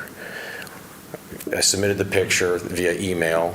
I was cited with a ticket originally, sent it, the judge asked that everything be an email, so we sent it all directly. This is long before historical board approval was ever talked about. Sent it in email with the trim on it, painted all original with the concrete step in place, the original one. It actually says 1957 on it. I don't know when that change was made. I have no idea, but that step says it. And as far as I know from talking to people, the side was a porch where the awning windows are, and that was built in about that period of time, but I don't know. Are you saying that that window was a window at some point, but then around 1957, that window was changed to a door? I believe it was after that, significantly after that. There are pictures from the assessor that have a car from the early 90s in it and 90s tag on it. So I think it was around the 90s. That's what I think. You think the window was changed to a door in the 90s? That's my best guess. Okay. I took out the old flat panel door. I took the trim off to put it on. When did you do that? I did that last fall, right at when this citation was issued. I told Pete about it. He hadn't even seen it. We were talking at the front porch. I said, hey, I also did this. He goes, what else is going on? I said, we're getting ready to paint the house. We wanted to clean up the siding. We're going to repair all the rotted siding and paint the whole house. And I wanted to replace the deck boards. Both front and rear deck boards are completely shot. We've actually just temporarily put OSB over it. We did have the whole house inspected for housing. It passed, and there was like 3 things we repaired and dealt with, but this were just additional things. We're trying to revive this home and do maintenance to this home. This is not an intention in reusing it or repurposing. Let's just say what if we're talking about the window door thing, we're responding to what we're seeing in the application here and in the staff report, and it says that that was a window not that long ago. Not the 90s, but more like the 2020s. So that's a huge I don't believe difference. that to be accurate. Well, it's on Google Earth. Are you okay? So that's what we're dealing with. You're not presenting us with any evidence other than your word that says that it's not. From before I took the door down.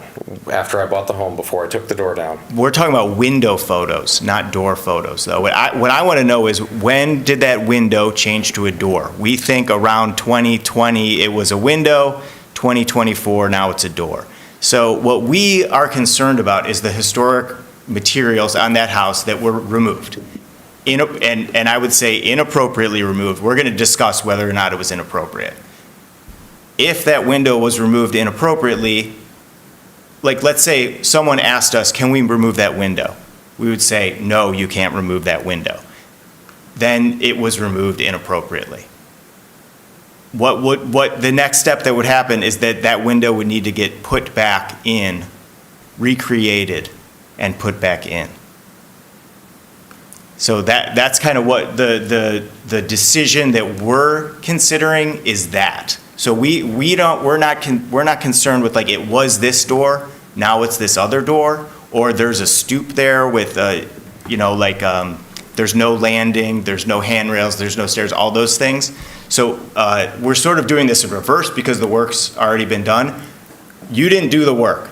it sounds like, right? Parts of it I Yes. did do, Yeah, and okay. absolutely. Yes, okay, so someone, but you didn't remove the window because you're thinking that happened in the 90s. Well, we have pictures of it, so, and they've been submitted to staff. Okay. Let's table that for a second. So what would happen normally is that someone would come with floor plans and say, we need to remove this window and we need to change it to a door because of this reason, and here's the plans, and this is why we need to do this.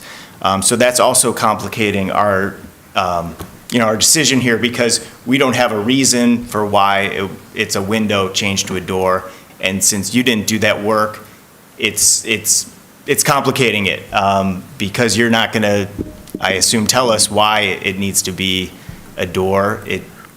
I can give you this as well. Can you give a That hint? has not to do with why it ever changed. Additionally, I have submitted plans for a ramp for my father, but that's a whole nother thing, and that was after I bought the building. Yeah.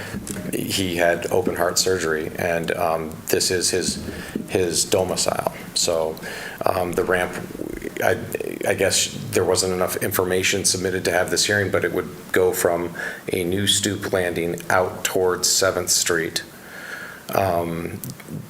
to end kind of at the parking lot. But that is, again, based on there was a door there.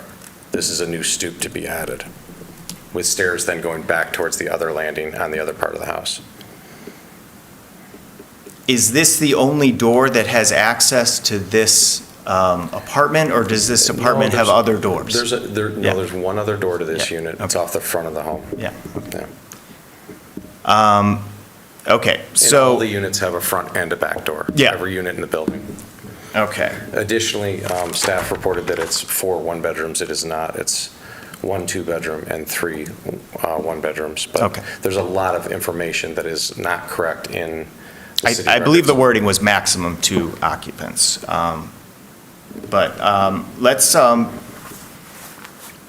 hold right now. I just want to know if there's questions from the commission for you, and then we'll do a public hearing. I got a couple. I'm trying to maybe help you get some supporting information. What we can't see from the outside is the inside of the house. So on the other side of this door, what happens? Is it a hallway now? It's a small tiled entryway into the kitchen. Isn't there a photo? To the left Interior photo? is an island sink and the refrigerator and. So this goes into a kitchen? There's an interior photo in the staff report. Okay. Yeah, if you want to take a look. I don't know if I have that one. I have every other page but that. Yeah. And then there's the dining room, straight in beyond that. Okay. And how long have you owned the house? I think it was about May that I purchased it. So very recently? Yes. Okay. 1 month ago. No, I'm sorry, May of. A year and a month. Yes. 13 months.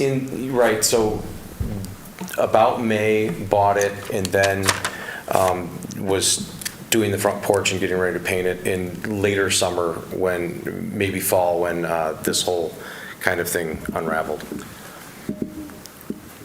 I don't know if it helps, but in order to have that be an area where there's traffic, there would have had to have been also renovations matching the new use inside the house, wiring of some sort, outlets in the kitchen, anything like that. I mean, Romex is dated. You can look inside a wall, and if an outlet was put in 1990, the Romex will say 1990. So you can get supporting evidence just by looking at the wiring. Yeah, parts of the home, there is some of that. Kind of parts are very old. It's a mixed bag. Yeah, and that specific part, you can kind of see that bump out with the glass block. That I think is like 60s to 80s, that glass block, like roof line. And there's a roof line that isn't in this photo, but it's the other rear doors to the other units. It has that kind of matching flat roof line that is not like matching the original historic significance of the home, nor is really that porch that I believe was a side porch. So if you kind of look at this flat roof line with the birch door and the single window, there's that same roof line is kind of over that glass block. That stuff, it's like if you pull that light fixture down, that's early Romex with like, it does have a grounding terminal in it. And most of it, you know, I don't know. I mean, that's much earlier than I believe that door was placed. But I don't know. I mean, like I said, that stoop says 1957 in that those awning windows, they have to be pre-80s, but they're not original to the home. And I believe that was a porch, which is now, that's 2 bedrooms that's been converted long before, you know, my purchasing of it.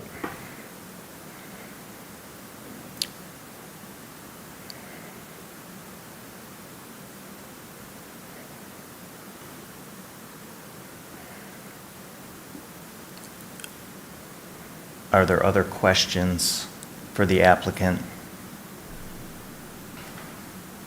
Yeah, I'd like to know what else, you know, you're thinking that you'd like to do there. I mean, you talked about replacing some deck boards, you talked about doing some maintenance. I think getting a picture of the overall vision for what that property is. So in front of the birch door to your left, there's literally like OSB we put across which is a thinner fir, but it's unsafe. I mean, it's totally deteriorated. There's also some blocking that is very bizarre at the base of the 4x4 posts holding up that rear porch roof. I would like to replace those posts completely. I'd like to replace that decking material completely and do that, I mean, expeditiously. I'd like to replace that rear door.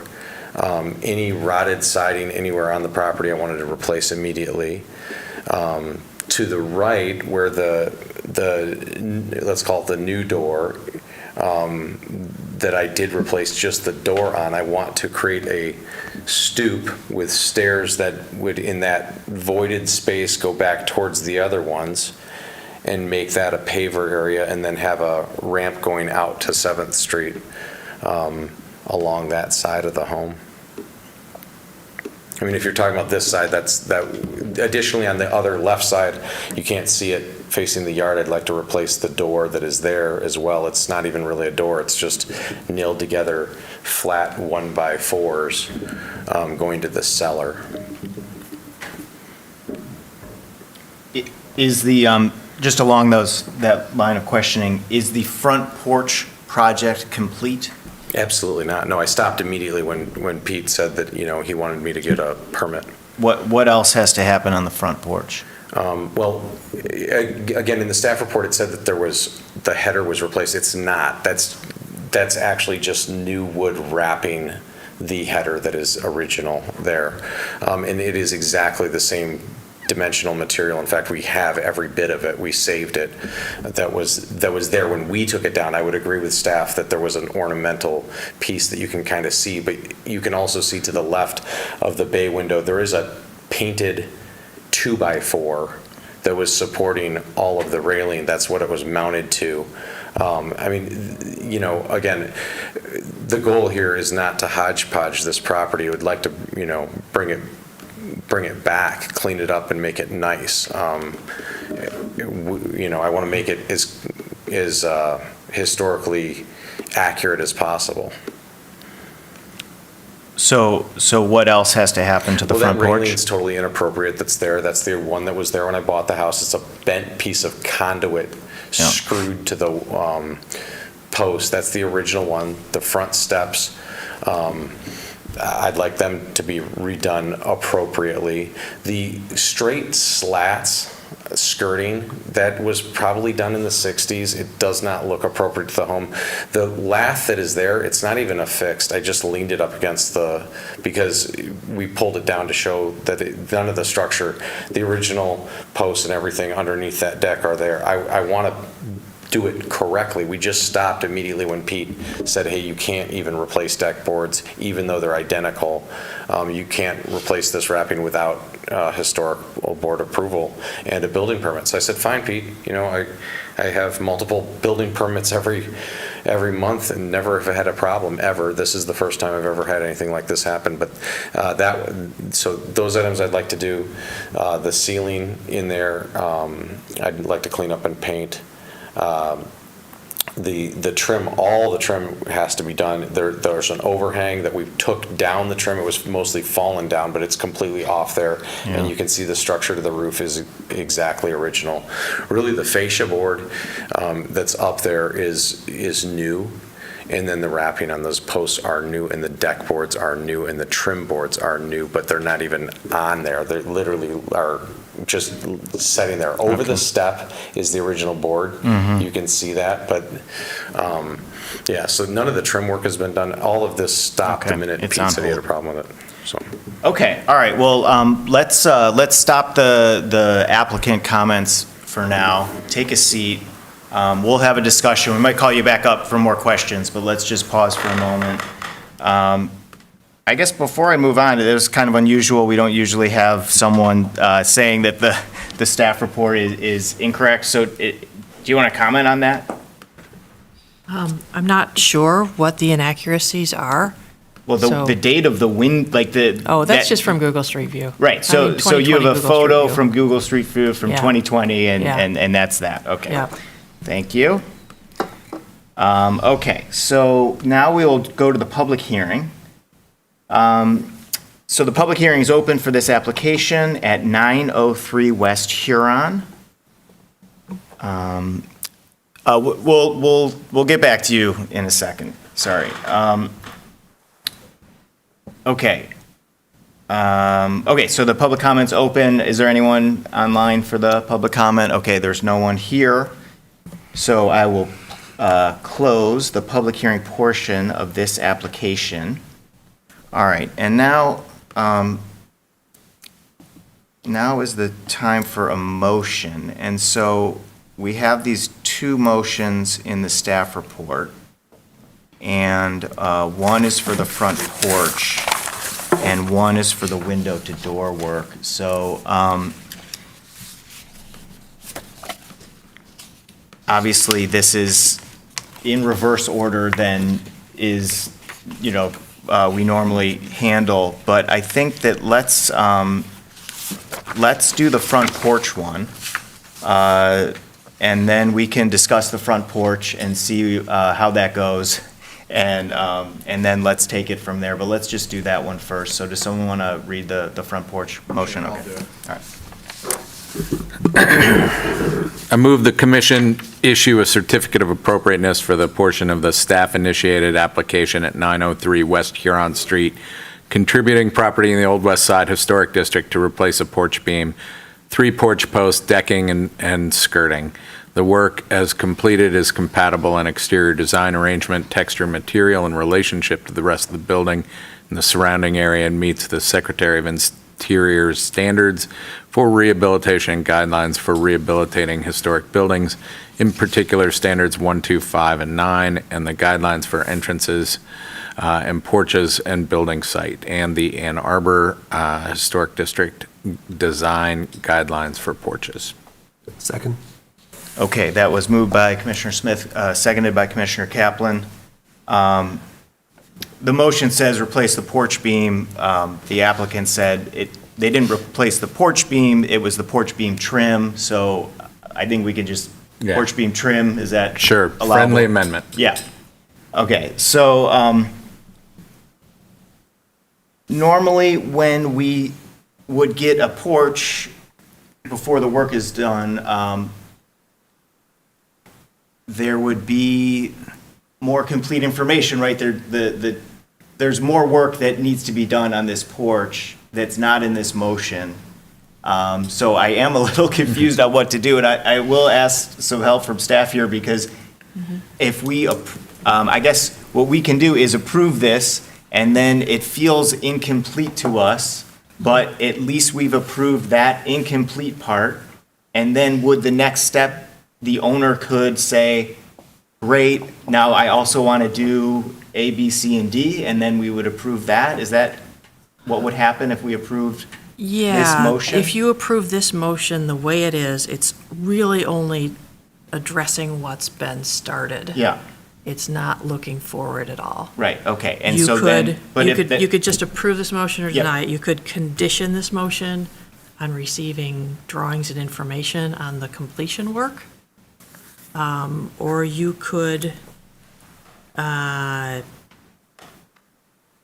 ask the applicant for a description of what will need to be done and base an approval on that. Okay. Couple of different ways you could do it. Right, okay. So, but one way could be, we approve this, and then if the owner wanted to do more work on the porch, Yeah. they would submit to you There would be a new that application. work. It could be either a staff approval or a commission approval for the rest of the work.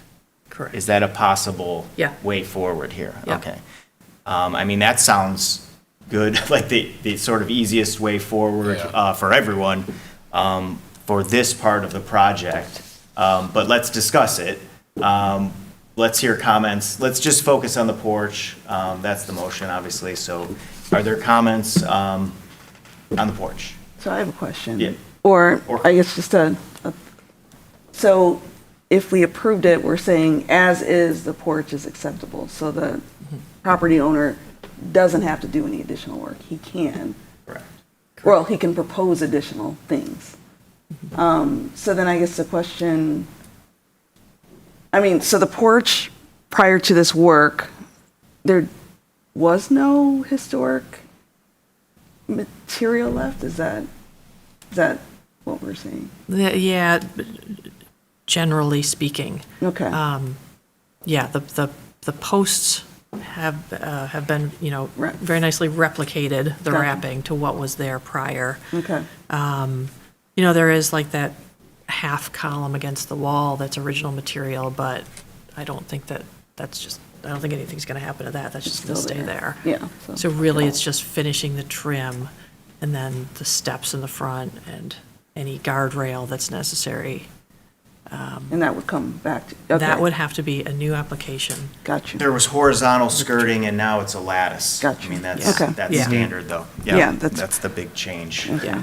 And so then is it going to be painted, you're waiting for the wood to season, the wrap, or is it going to eventually be painted, or?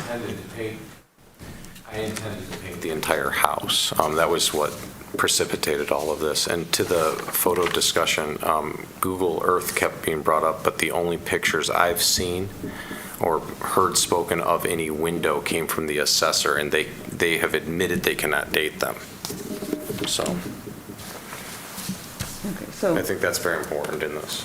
got you. So regarding the porch, it sounds like we are fine. Yeah. Baseline, I mean, it would be great that it got painted. I think that's kind of an important condition. So, but, okay. Or at least the wrapping, because it, The owner says that he's going to paint it. Well, he's in a catch-22. He can't, he had to Well, stop if we because approve of- it, he right. can, then that gets him out of the porch Okay. catch-22. Right, okay, I see. the porch part. Yeah. Is there stop work on the property? I believe there is. Okay, Did so the we're. post Sounded like the So building inspector told you to stop.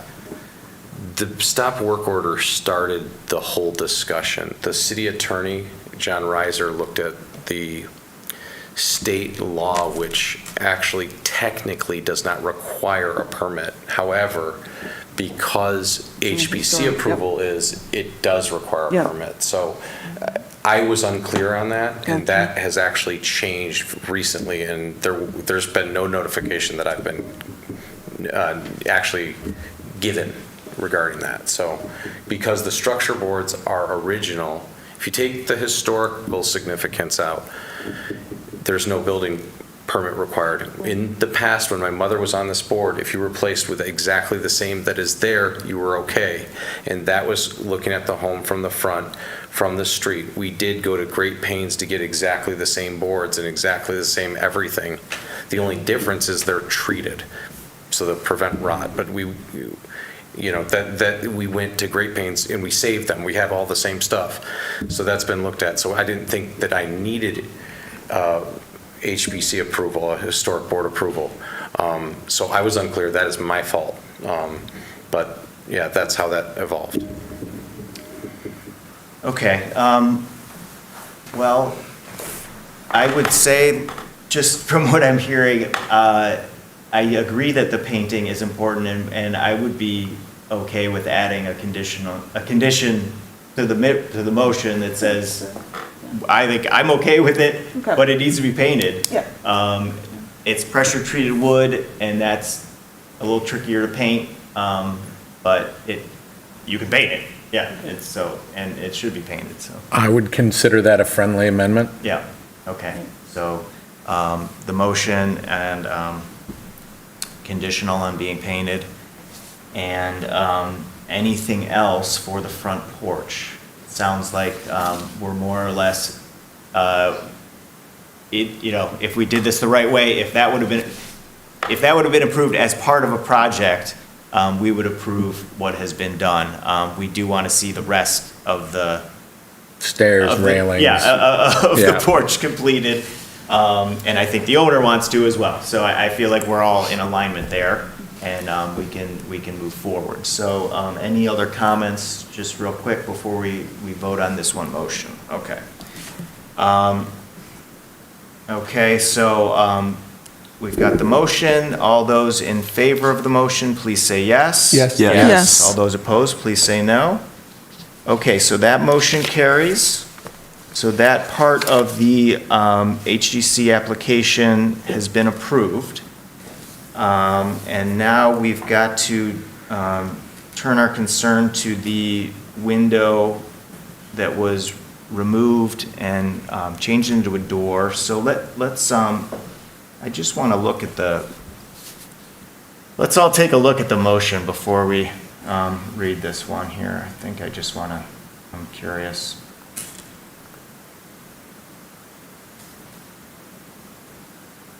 Okay, all right. So yeah, this is concerning with removing the historic window and installing the door. This is something that did not happen on the watch of the current owner, according to what we've heard today. So we've seen. Okay, so let's move forward and read the motion, and then we'll have a discussion. So can someone read the motion, please? Sure, I'll do it. Thank you. I move the commission issue a certificate of appropriateness for the portion of the staff-initiated application at 903 West Huron Street, a contributing property in the Old West Side Historic District, to remove a window on the south elevation and replace it with door and transom on the following condition: that drawings showing compatible trim and cladding around the door that meets the Ann Arbor Design Guidelines Secretary of Interior design guidelines are submitted as a new application and stream for staff approval, and that the work is completed by December 13th, 2024.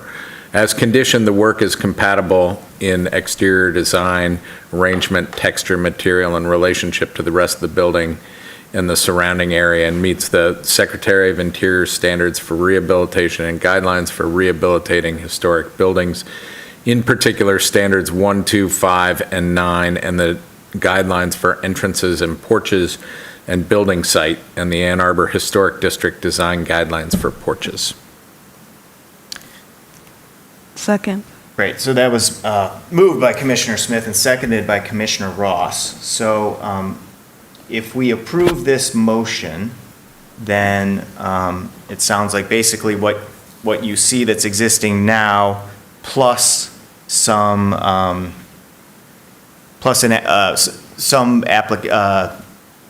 proposal from the applicant of trim and siding needs to be submitted, then that would move forward. If we deny this application, then what we're saying is basically that a window will need to be, that we're heading that direction where the next thing we would vote on is that, where a window would need to be, a replica window would need to be installed where the door is now.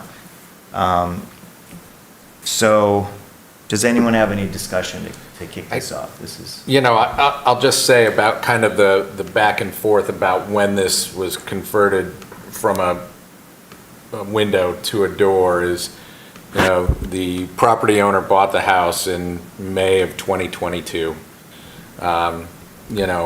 Sometime between 2020 and now that was a door, and we are unable to, at least this body is unable to establish when that happened.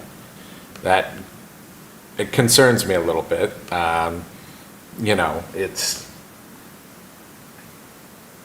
If it is the case where that was done prior to him acquiring the property, that, like, I'd be pissed too. I'd be like, hey, it was there, didn't know that I needed to document that.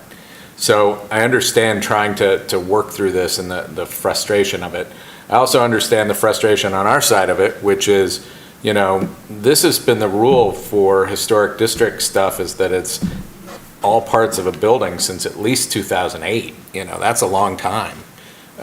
This didn't just go into effect last year or the year before, so every once in a while, you can say, well, I understand that somebody might not have kept up on it, but, doing this work in a historic district and not getting the necessary approval to move forward, I think is problematic. I'm really torn on this one. I think it's a really difficult thing. I certainly don't want to say it's not a significant change to the property, because, changing a door to a historic window to a door is a big deal. But I don't know that turning it down is going to bring that historic window back. It's a good point. I think that the way I'm thinking of it also, though, is if someone came with an application to remove that window with this, would we have approved it? No.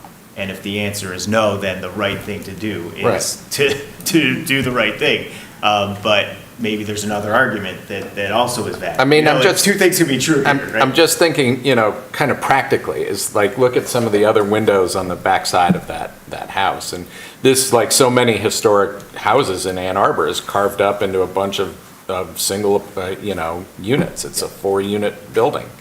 None of those windows are historic or necessarily appropriate that have been put in. I think it would be fantasy to think that we would be able to find something that replicated what was there originally. Well, you would have to be all custom. Yeah. Yeah, no, I think it's a really good point that the adjacent, the immediately adjacent areas, you've got glass block and you've got some kind of 80s style, like slider or something like that. It's not like it's, this pristine section of elevation, and then you have this eyesore just right there. It's a really good point. I mean, I think that, like, I'm just trying to think practically how to get from here to there. Yep. And some of it is, like, I want to see the bigger application with a ramp and, the porch improvement, and I want to be able to, like, look at that all together. I feel like taking this in pieces is really, really hard for us to get that. But also you look at the backside of that building and there's not a whole lot of quality there in terms of historic character anymore. And, that's nobody's fault. That's just what happened here over the years. And, how do we address that through this? So, I didn't mean to cut. Yeah, no. I'm just kind of, it's also 3.5 hours in, and so my filter no longer works. That's been helpful, though. Please, your comments were very helpful, though, mine- so take that filter off earlier next time. Yeah, no, that's getting me thinking. Yeah. So the applicant is noting that he wanted to put the door there and a ramp there because he's got a father who's disabled. Is that the? And so there's a larger future plan to put a ramp back. Is that the? Yeah. Okay. And I think realistically speaking, if we had an application coming to us, hey, I want to put, I have an accessibility challenge here, we have an issue. Obviously, putting it in the back is better than putting it in the front. Yeah. You know, and if it was like, okay, as part of this application, I'm not gonna, if there's a window there, I'm not gonna widen this window, I'm gonna keep the trim, I'm gonna make it into a door. I mean, I don't, you know, we're at a distinct disadvantage because we don't have, you know, this work has been done, we don't have photos, you know, and, you know, this discussion around like staff did a terrible job, well, of course, because staff didn't have information from the applicant. Yeah. So staff is just going off Google Earth and whatever is out there. So, you know, it's not about staff doing a terrible job, it's just staff isn't been given the proper information, it appears at this point. So, I mean, I guess, so the question, so if, I agree with you, Chip, in that it would be great to see the whole application before, complete application before we turn it down, right? And then you're ordered to put the window back. It would be great to see fully from the applicant what you want to do so we could take it into consideration. Yeah. And the commission may say, great, that makes sense. Make it a door, put your ramp there. But at this point, I don't know, so I guess it's just like, could we postpone this to allow the applicant to come back with a fully fleshed out application for next month? And then if he doesn't come back, we act on it? I mean, could we do that to allow him to? Yeah, you can flesh always it do out? that within the 60-day time period. Okay. You know, that clock's running now, but you've got until the next meeting. That could certainly work. The reason that this is before you sort of prematurely is because of the ticket that was written. It's gone to the judge a couple times. The judge is getting super frustrated and just wanted it to move and said, well, then you should send it to the HDC without, or that may have been the city attorney's office, one or the other, Okay. to appease the ticket and to get that knocked out of the way before it gets any older and is hanging around even longer. If the applicant was willing to put together complete drawings and submit them for the next meeting, at least a week in advance of the next meeting, and you guys wanted to postpone it, I would certainly be willing to, you know, process those and you could consider them next month. But we haven't received any drawings yet for anything. So it's hard to know if that could happen. Yeah, okay, all right. That's a really good idea, Commissioner Ross. Okay, are there any other comments, ideas, questions? I'm gonna ask the applicant a question before we vote, but yeah. Is, I'd just like to echo what he said, and that is, it will be so much easier when we can see your vision. Like, you're just getting a hold of this thing. I totally get that it's a tiger by the tail sometimes with these older houses, but if you can kind of give us a sense of that broader context, it just helps us kind of see what each one of these pieces is a part of. Right. Okay, all right, so here's the question. Yeah, come on up. So, we could vote right now, or we could postpone the vote till next month. But what we want to see is your plan for that door. What does the stoop look like? What does the ramp look like? This, you know, the whole site back there, from the door to the sidewalk, you know, that whole thing. What do you want to do? And then we can say, oh yeah, that does have to be a door, because, you know, we have a poll that says that should be a window, but we also have this kind of common sense comments that are saying, well, it's a door, and wouldn't a ramp be better in the back than in the front, right? So are you willing to do those drawings, or, you know, it's really like a 3-week deadline, because we need them. That's no problem. The bird's eye view of it has already been submitted. Yeah, but now, okay. like, there's been no landscape or angular vision, so I can have those done. I can probably get Ed Weir to do them to get, you know, a proper presentation for you guys. But, Okay. The bird's eye view was all submitted months ago. Great, okay, so you have a head start on that. And what is the deadline for that submission? Do you have that offhand, or do you want to throw out a date? Yeah. Oh, let me find a date Yeah. here. So the next meeting is July 11. So I would have to say Wednesday, July 3, because the week before is the 4th of July, and nobody's going to be around. So July 3 is when the packet will probably be published. So that's actually cutting it really close. Oh.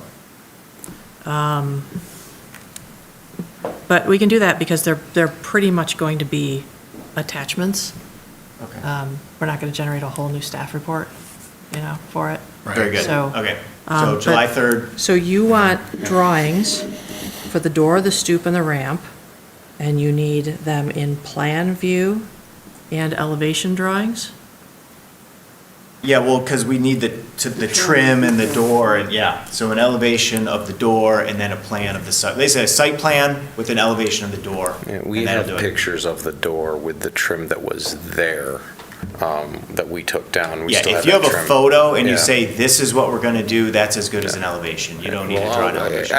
I'll just present with the elevation so you can see the ramp and the stoop and Yeah. the garden, because the design is such that it actually kind of blends to the yard going to the right rather than looking like a handicap ramp. And then good. the stoop comes out and the stairs go down, kind of meeting the other stairway that's there. So Okay. there's then like a little brick paver. Okay, very good.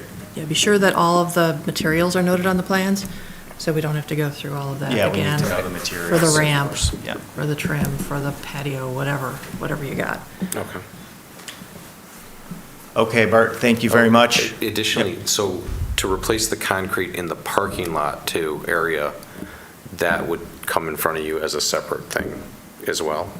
Which To do concrete are you talking The about? concrete to the left of the stoop that is there, just the level driveway concrete. Is that a historic board approval necessary? I would to replace err on the side of show us everything you want to do. Yeah. Like, if you show us everything you want to do, then we can act on the stuff that is within our jurisdiction. Yeah. Okay, so we're going to postpone this hearing until next month, and we'll look forward to seeing those drawings. Thank you, to the applicant, for working with us there. And You guys should vote to we need, postpone. we will vote to postpone. All those in favor of postponing, please say yes. Yes. Yes. Yes, all those opposed? Okay, the postpone passes. To the July 11 meeting. Yeah. Date certain, right? Should I, yes, to the July 11 meeting. Do I need to restate the vote, or are we No, good? You're good. Okay. Anything else? Okay, looks like we're all set here. And we'll just leave it at that. Okay. That was new business. 10:48, guys.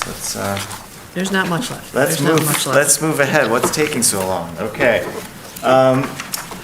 Okay, so now we're into approval of minutes. There were the April minutes, because our last meeting was May. So let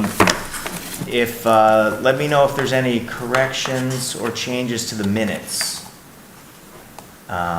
Okay, hearing no corrections, the minutes are approved as submitted.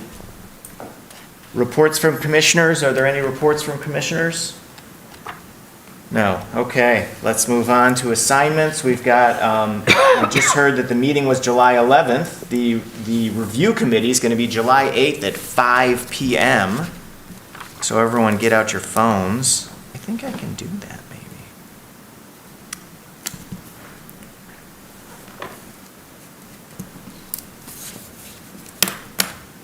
I can do that one. Yeah, Okay. please. So we've got Dave and Steve. Thank you. Okay. Site visit superstar.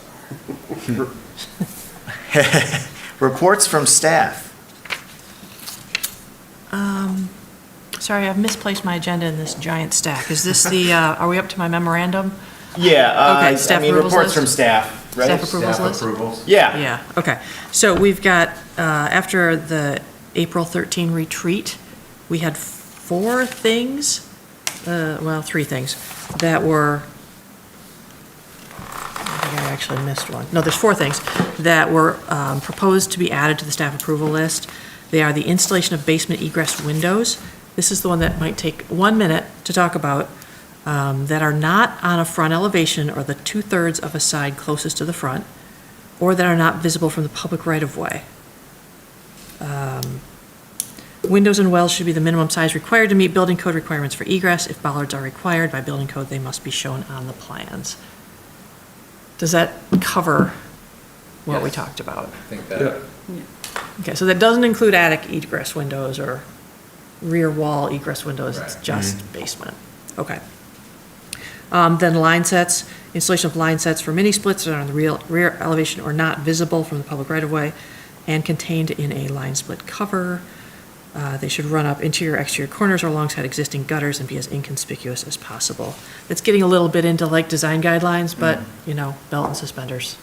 Yeah, and if they obscure a historic something, you would immediately. I would just not staff approve it and okay. send it up to the commission, yeah, or ask them if there's a better location for it. Yeah. Removal of non-contributing accessory structures, this is usually sheds and garages, could be pergolas, could be other things. I mean, people don't usually apply to remove pergolas, they just take them down. But built after 1944. So this does include garages, so if I actually have an application in on South Main Street for a garage that was built around 1960, and they just want more room in the yard, so they want to take it down. Right.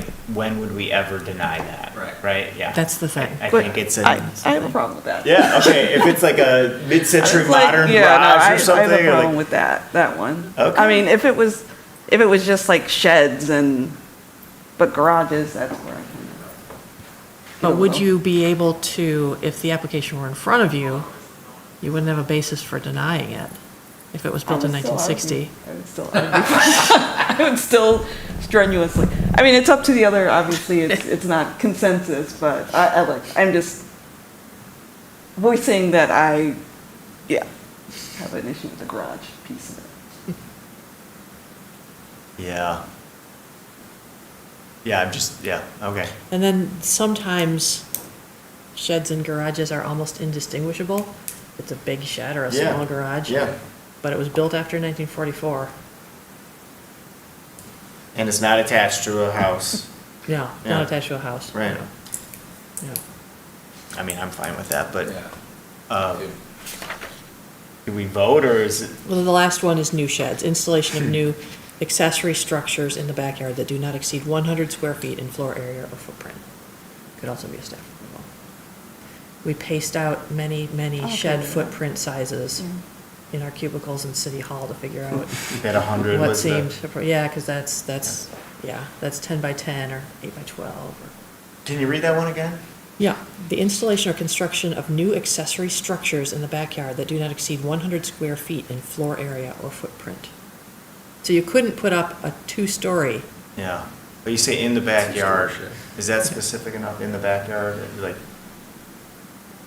It is by my definitions that we use for zoning. Okay. But you could say behind Because the rear house. yard is sort of, specific. Okay. Yeah. Yeah, so if they wanted to put it in the front yard, well, they just wouldn't be allowed to, but if they wanted to put it in the side yard, it was real obvious, that would come to the commission. If it's in the backyard, is that the rear yard, or is that the back, is the backyard different than the rear yard? Backyard's everything. Yeah. The that required includes- rear yard is yeah, the setback it's area. just the setback, The but you're saying backyard's the everything entire behind the house. backyard? Yeah. Okay. Yeah. So those are all lumped together in one motion. So Yeah. do with them as you will. Let's vote on it. All those in favor of the motion, You please gotta, say. well, you gotta make the motion first. Oh, okay. Someone make a motion.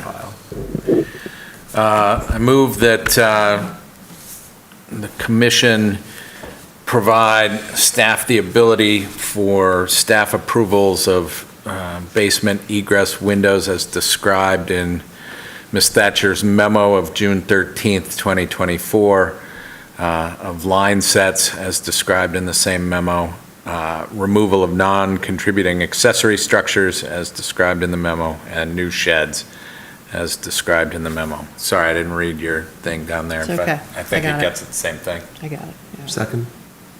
Great. Let's vote. All those in favor of the motion, please say yes. Yes. Yes. All those opposed, say no. No. Okay. The motion passes. All right, thank you all. Mm-hmm. I'm sorry, who supported that motion? Steve. Steve, thank you. Right, moved Okay. by Commissioner Smith. That's it Yep. for staff. Okay, thank you, staff.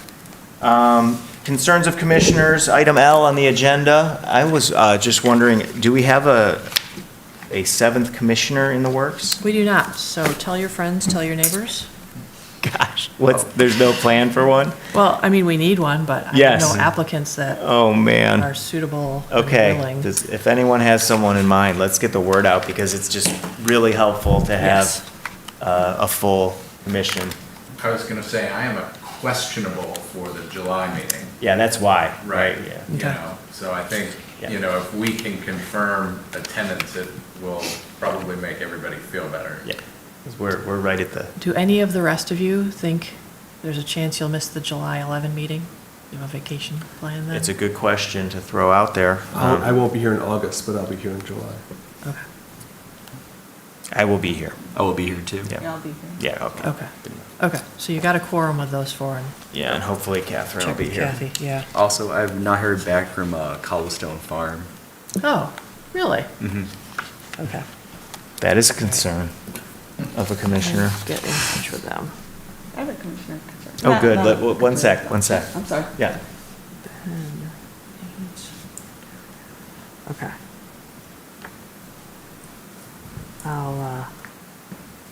I'll get in touch with them. Sounds good. Hopefully they're just on a break. Yeah, okay, thank you.